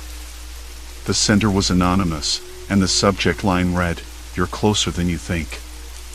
I stared at the screen, the room suddenly too quiet. The hum of the fridge, the ticking of the clock on the wall, it all seemed amplified. The message contained a single line, "Look behind you." I spun around. Nothing. Just the peeling wallpaper and the dim light flickering overhead. My heart hammered so loud I thought it might burst. Later, I found Mara on the porch, leaning against the railing, cigarette glowing faintly in the dark. She looked up as I approached, eyes sharp and unreadable. "You got it," she said simply. "What?" I asked, voice hoarse. "The message. The warning." I hesitated. Someone's watching me. Or us. But why? What do they want? Mara took a long drag, then flicked the cigarette into the night. Control. Fear. Power. Pick your poison. Her words were vague but chilling. Have you ever been inside? Where they keep the cameras? She nodded. Once. It's worse than you think. Not just watching. They make you question what's real. I swallowed again, the cold air burning my throat. I don't know if I can do this. She gave me a crooked smile. You don't have a choice anymore. The next morning, sunlight spilled through the curtains, warm and insistent. I woke with a start, my head pounding. My phone buzzed relentlessly on the bedside table. I grabbed it, squinting at the screen. More emails. More photos, this time of me, or someone who looked exactly like me, standing in places I'd never been. One was dated yesterday, showing me at a cafe I didn't remember visiting. I scrolled further, and then I found a message from a number I didn't recognize. The text was short, almost casual. You're not alone. I sat up, the sheets tangled around my legs. The room felt suffocating, the walls closing in. I tried to shake off the unease, but it clung to me, a cold shadow in the morning light. I decided I needed more than emails and photos. I needed to find the source. Later that day, I met Mara at the edge of the property, near an old, rusted gate that led into the woods. She pulled out a small flashlight, its beam narrow and jittery. Follow me, she said, voice low. As we walked, the forest swallowed the noise of the world. The scent of damp earth and pine filled my lungs. Branches scraped against my jacket, and the uneven ground threatened to trip me up. Mara moved with purpose, her footsteps sure and steady. We reached a clearing where a small, dilapidated shed stood, half hidden by vines. The wood was cracked and splintered, the door hanging loosely on its hinges. Inside, I saw wires coiled like snakes and screens, some cracked, others flickering with static. Surveillance hub, Mara explained. They watch everything. Every room. Every movement. I ran my fingers over the dusty console, the plastic cold and sticky beneath my touch. A sudden noise made me jump, a phone ringing, sharp and insistent, coming from somewhere inside the shed. Mara didn't flinch. I picked up the receiver. Hello? My voice was barely a whisper. A pause, then a voice, a woman's, soft, distant, and strained. You shouldn't be here. The line went dead. Walking back to the house, my mind raced. The threat was real. Not ghosts or time loops, but people watching, waiting. I thought about the emails, the photos, the messages from strangers tied to lives I was never meant to know. And now, the warning on the phone. I glanced over at Mara, who was silent, her face unreadable. We need a plan, I said.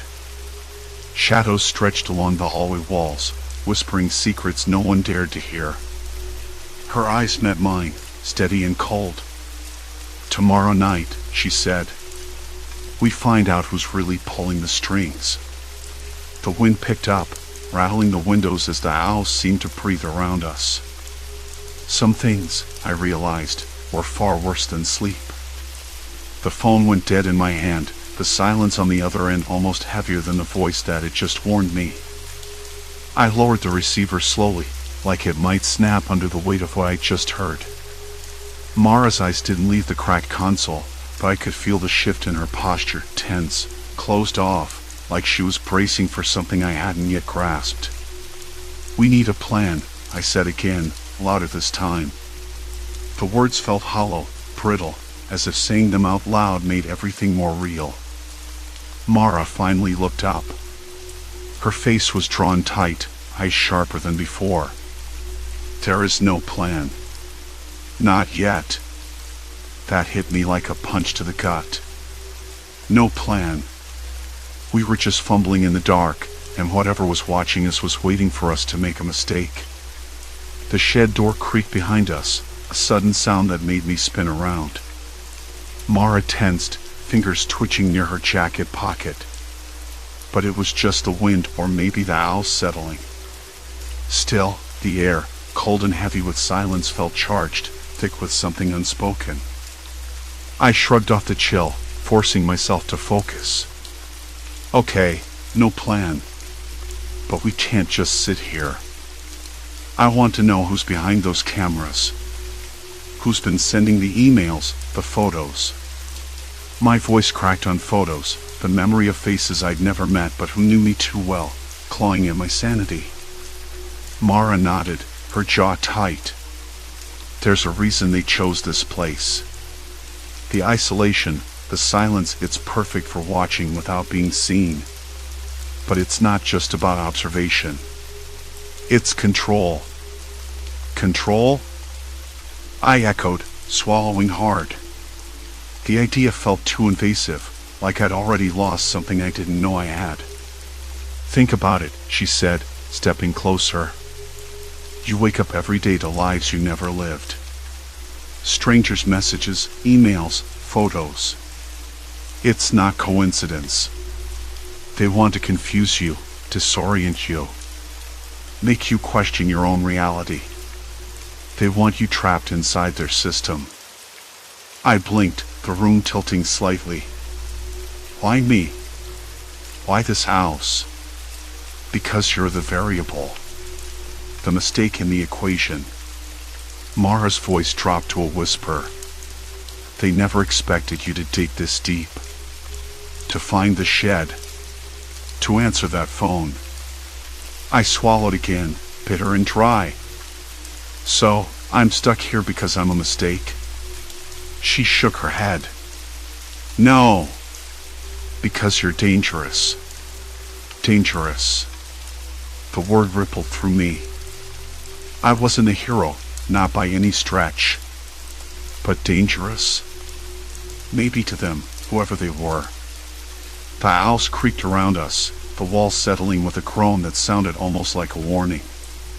The faint hum of the electronics in the shed pulsed in my ears, a reminder that someone, somewhere, was watching. We can't leave, Mara said suddenly. Not now. I frowned. Why not? I'm done with this place, done with the lies. She shook her head firmly. Because the roads are watched. The cell towers are compromised. Leaving means stepping right into their hands. My hands trembled. I didn't want to believe it, but the thought of being trapped, really trapped, made my stomach twist. I paced the narrow space between us, eyes flicking to the cracked screens. Static danced across one, then sharpened into a blurry hallway shot. Somewhere beyond those walls, eyes were still fixed on me. Then what do we do? I asked, voice low and tight. Mara hesitated. We learn what they want. We find their weakness. Easier said than done, I muttered. The cabin felt suffocating now, the shadows in the corners too thick, too alive. The next morning didn't bring relief. The sun slanted through the curtains, but the day that greeted me was the same as the last, the emails, the photos, the voices of strangers. I stared at the screen of my phone, the messages piling up like a mountain I couldn't climb. Some were personal, intimate even, referencing events I never attended, conversations I never had. Others were more sinister, thinly veiled threats cloaked in polite language. One email caught my eye, subject line blunt and chilling, "You can't hide." The sender was anonymous, but the timestamp was recent, like they were close. I showed Mara. She frowned deeply, tracing a finger over the screen. They're testing you. Seeing how you react. Testing me how? Like an experiment? Exactly. Her eyes darkened. And experiments don't stop until they get their data. The walls seemed to close in tighter. I ran my hands through my hair, tasting the dryness on my tongue, feeling the rough plaster under my fingertips as I leaned against the kitchen counter. The house smelled faintly of mildew and old wood, but beneath that, something else cleaner, sharper. Maybe fear. Later, I found Mara sitting in the living room, staring at a map spread across the floor. Pins and notes scattered like a chaotic constellation. I knelt beside her, heart pounding. "Where did you get this?" I asked. "From the Sheds network," she said. "The cameras aren't just here. They're everywhere, roads, nearby towns, even inside other houses. We're part of a surveillance grid." I traced a shaky finger along one of the routes marked in red. "So, if we try to leave, they'll know immediately." "Exactly." Mara's voice was grim. "They want control, not just of this house, but of everything connected to it. And us. We're the linchpin." The idea felt absurd. A quiet vacation rental turned into the center of some sprawling, invasive surveillance operation. But the evidence was undeniable. I thought of the messages again, the photos of me in places I'd never been, the emails that hinted at watching, waiting. Someone was playing a game, and I was the pawn. Is there no way out? My voice was barely above a whisper. Mara shook her head. "Not without them knowing. Not without consequences." Consequences. The word echoed relentlessly. What kind? What price would I pay for trying to escape? That night, I couldn't sleep. The owls groaned and whispered around me, every creak amplified in the silence. I lay awake, listening to the faint hum of unseen electronics, the scratching of branches outside. The loneliness was suffocating, but worse was the knowledge that I was being watched, monitored, cataloged. I pulled out my phone again, scrolling through the messages until one caught my breath, a photo, graining in black and white, of me standing in the living room. Taken just hours ago. The caption, "We see you." A sudden knock at the front door made me jump. A heavy stillness pressed down from the ceiling, wrapping the air around me like a thick, suffocating blanket. "No one's supposed to be here," she said quietly. Another knock, louder this time. I swallowed hard, the taste of metal rising in my throat. "We have to see who it is," Mara said, grabbing a flashlight. I nodded, though every instinct screamed to stay away. Together, we moved toward the door, the floorboards creaking beneath our feet like a warning. Mara's hand trembled slightly as she reached for the handle. The knock came again. Sharp. Insistent. And then, a voice low, calm, unmistakably familiar. "Open up. It's time to talk." The knock came again. Louder this time. Sharp. Insistent. I froze, phone still in my hand, its screen glowing faintly in the dark. Outside, the wind rattled the porch light, casting jittery shadows across the peeling paint of the front door. I swallowed hard, the taste of stale coffee and dust sticking to my throat. "Who is it?" I called out, voice cracking despite my effort to sound steady. No answer. Just the knock again, 3 times, slow, measured, deliberate. My hands trembled. I wanted to back away, slam the door shut, lock it tight. But curiosity, or maybe something worse, desperation, pulled me forward. I peered through the peephole. Nothing. Just the empty porch, the dark outline of a tree branch scraping against the railing. The air smelled faintly of rain, damp earth, and something metallic that I couldn't place. The hairs on the back of my neck prickled. "Hello?" I tried once more, louder. "If this is a joke." Silence. The knock didn't come again. I stepped back, heart still hammering, and leaned against the door. The house suddenly felt colder, as if the walls themselves were watching. My phone vibrated in my hand. Another message. From an unknown number. We're closer than you think. I dropped the phone onto the floor and it bounced against the wooden planks with a hollow thud. Every nerve screamed at me to run, to leave this place, but I was rooted there, trapped in the weight of the unknown. Then, the sound of footsteps. Soft, deliberate, pacing just beyond the porch. Not running, not frantic, but deliberate enough to unsettle me completely. I moved away from the door, my breath shallow. The living room felt suffocating, the shadows thicker than before. I tried to steady myself, pressing my back against the wall, fingers curling into the rough plaster. The texture was gritty, real, something solid in a night full of uncertainty. "Mara," I whispered, though she was nowhere near. "If you're still here, what do I do?" The phone buzzed again. This time, a new email arrived. Subject line, "Your choices matter." The body was empty, except for an attached photo. My own face, framed in a cracked mirror. But my eyes, there was something off.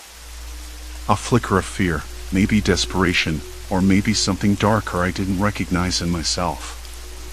I closed the phone, heart racing.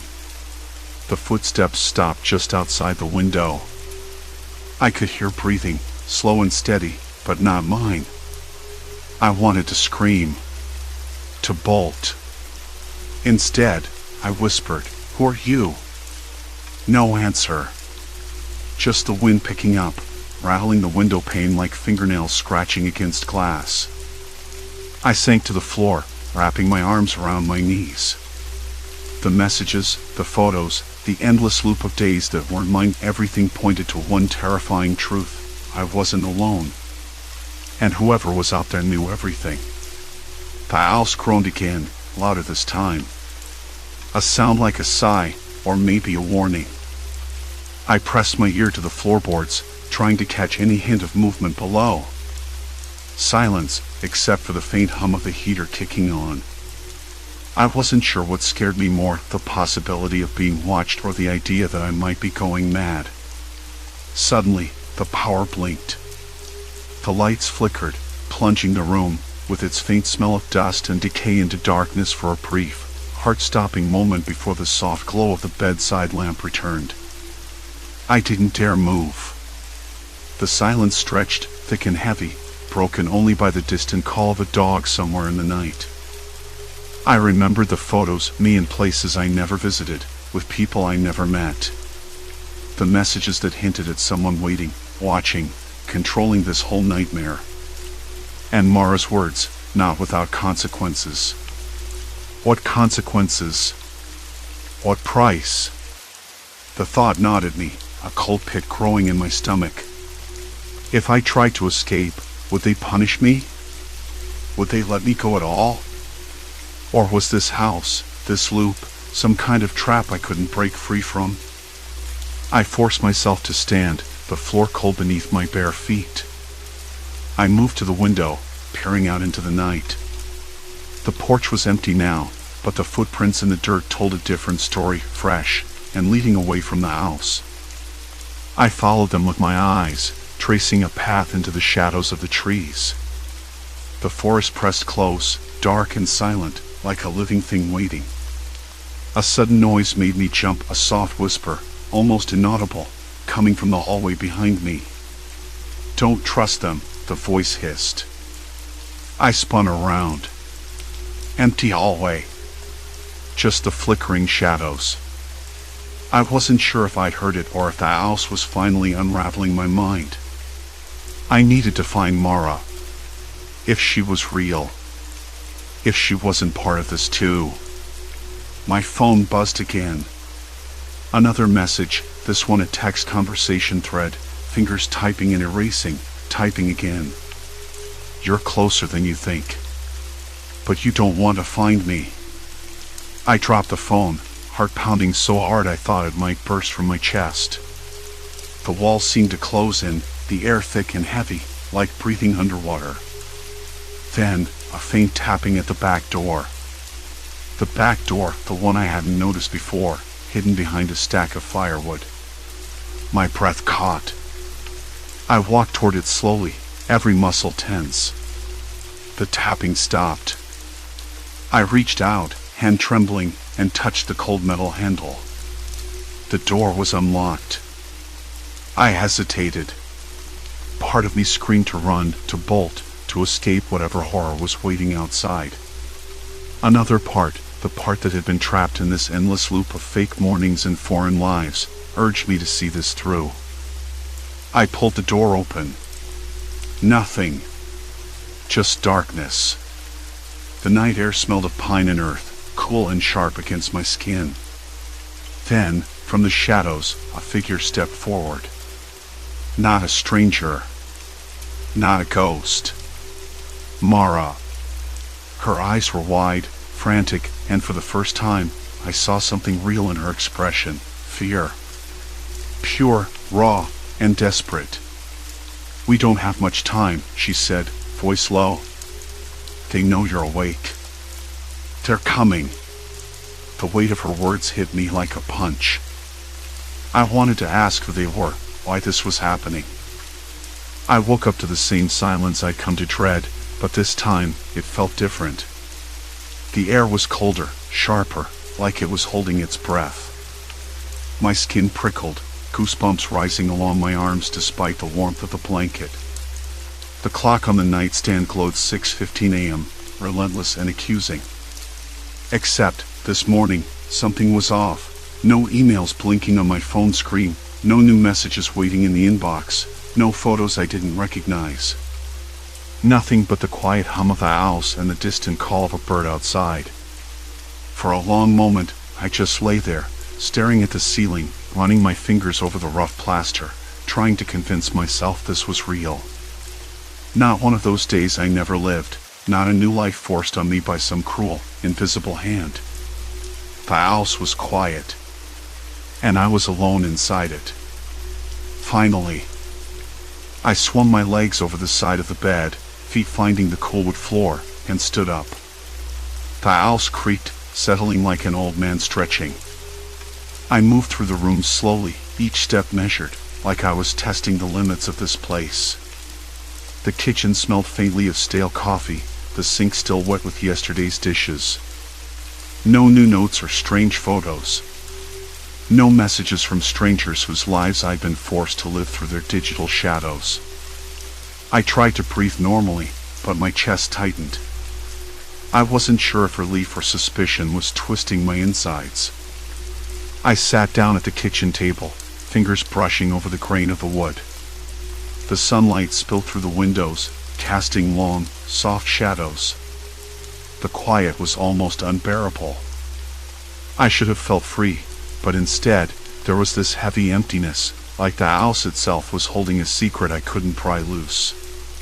The phone buzzed suddenly. My heart leapt, and I snatched it up, expecting the usual flood of messages. But it was just a weather alert, routine and mundane. No new life waiting for me in its glow. For the first time in days, I breathed out all the tension I hadn't realized I was holding. Maybe the loop was broken. Maybe I was free. But freedom came with a price. I thought back to the man I'd seen in the photos, Mark, I think his name was. A stranger whose life had intertwined with mine in the most terrifying way. I'd watched his emails, his calendar, his messages to people who didn't exist in my life. How many days had I lived as him? How many mornings did I wake up inside his skin? The thought made my hands tremble. I still didn't know why. Why me? Why this house? Why those lives? The questions felt endless, spiraling into silence. I decided I needed to leave, to get out of the house, out of the loop entirely. But when I tried the front door, it stuck.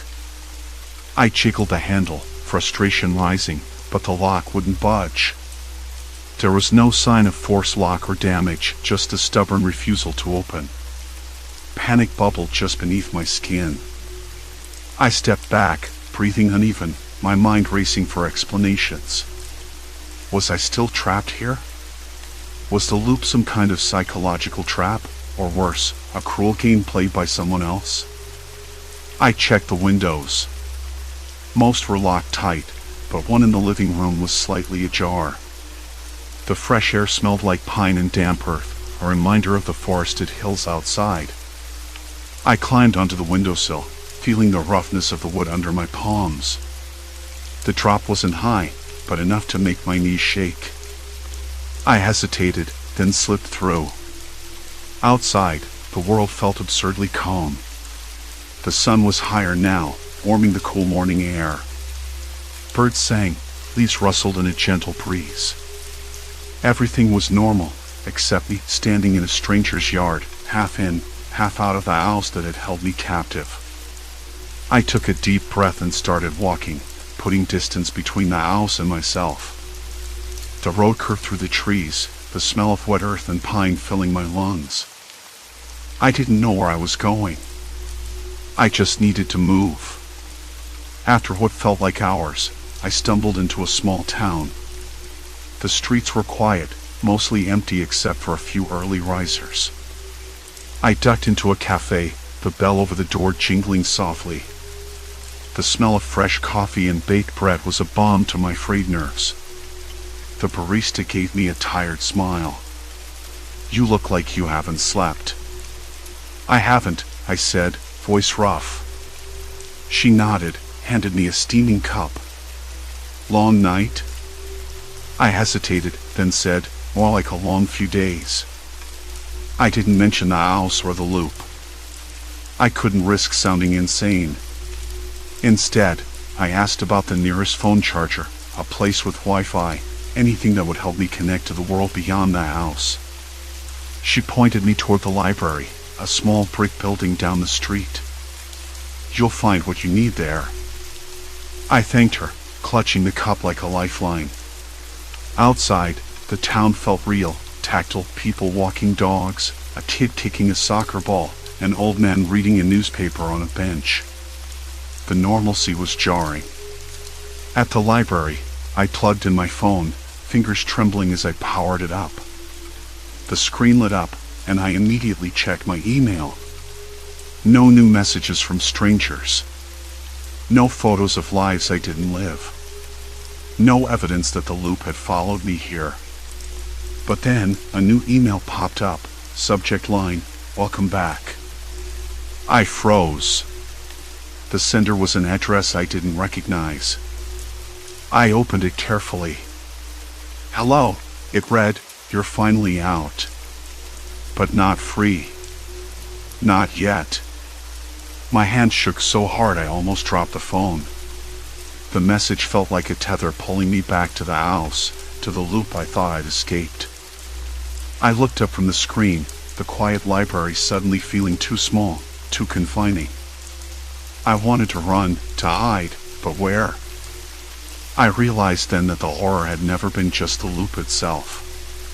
It was the idea that someone else was watching, controlling, waiting. The thought made my skin crawl. Not ghosts or spirits, people. Real people. The ultimate nightmare. I spent the afternoon in the library, piecing together everything I could find online about the house and its previous renters. There were stories, scattered and vague, about disappearances and strange behavior, but nothing definitive. It was as if the house was a magnet for lost souls, a place where reality bent and twisted, but no one dared to speak openly about it. By evening, I understood the truth. The loop was a control mechanism, a psychological trap designed to break people down, to erase their sense of self and replace it with something else. It was a prison without bars, built from time and memory. I didn't want to be a part of it anymore. So I made a choice. That night, with the sky dark and the town quiet, I returned to the house.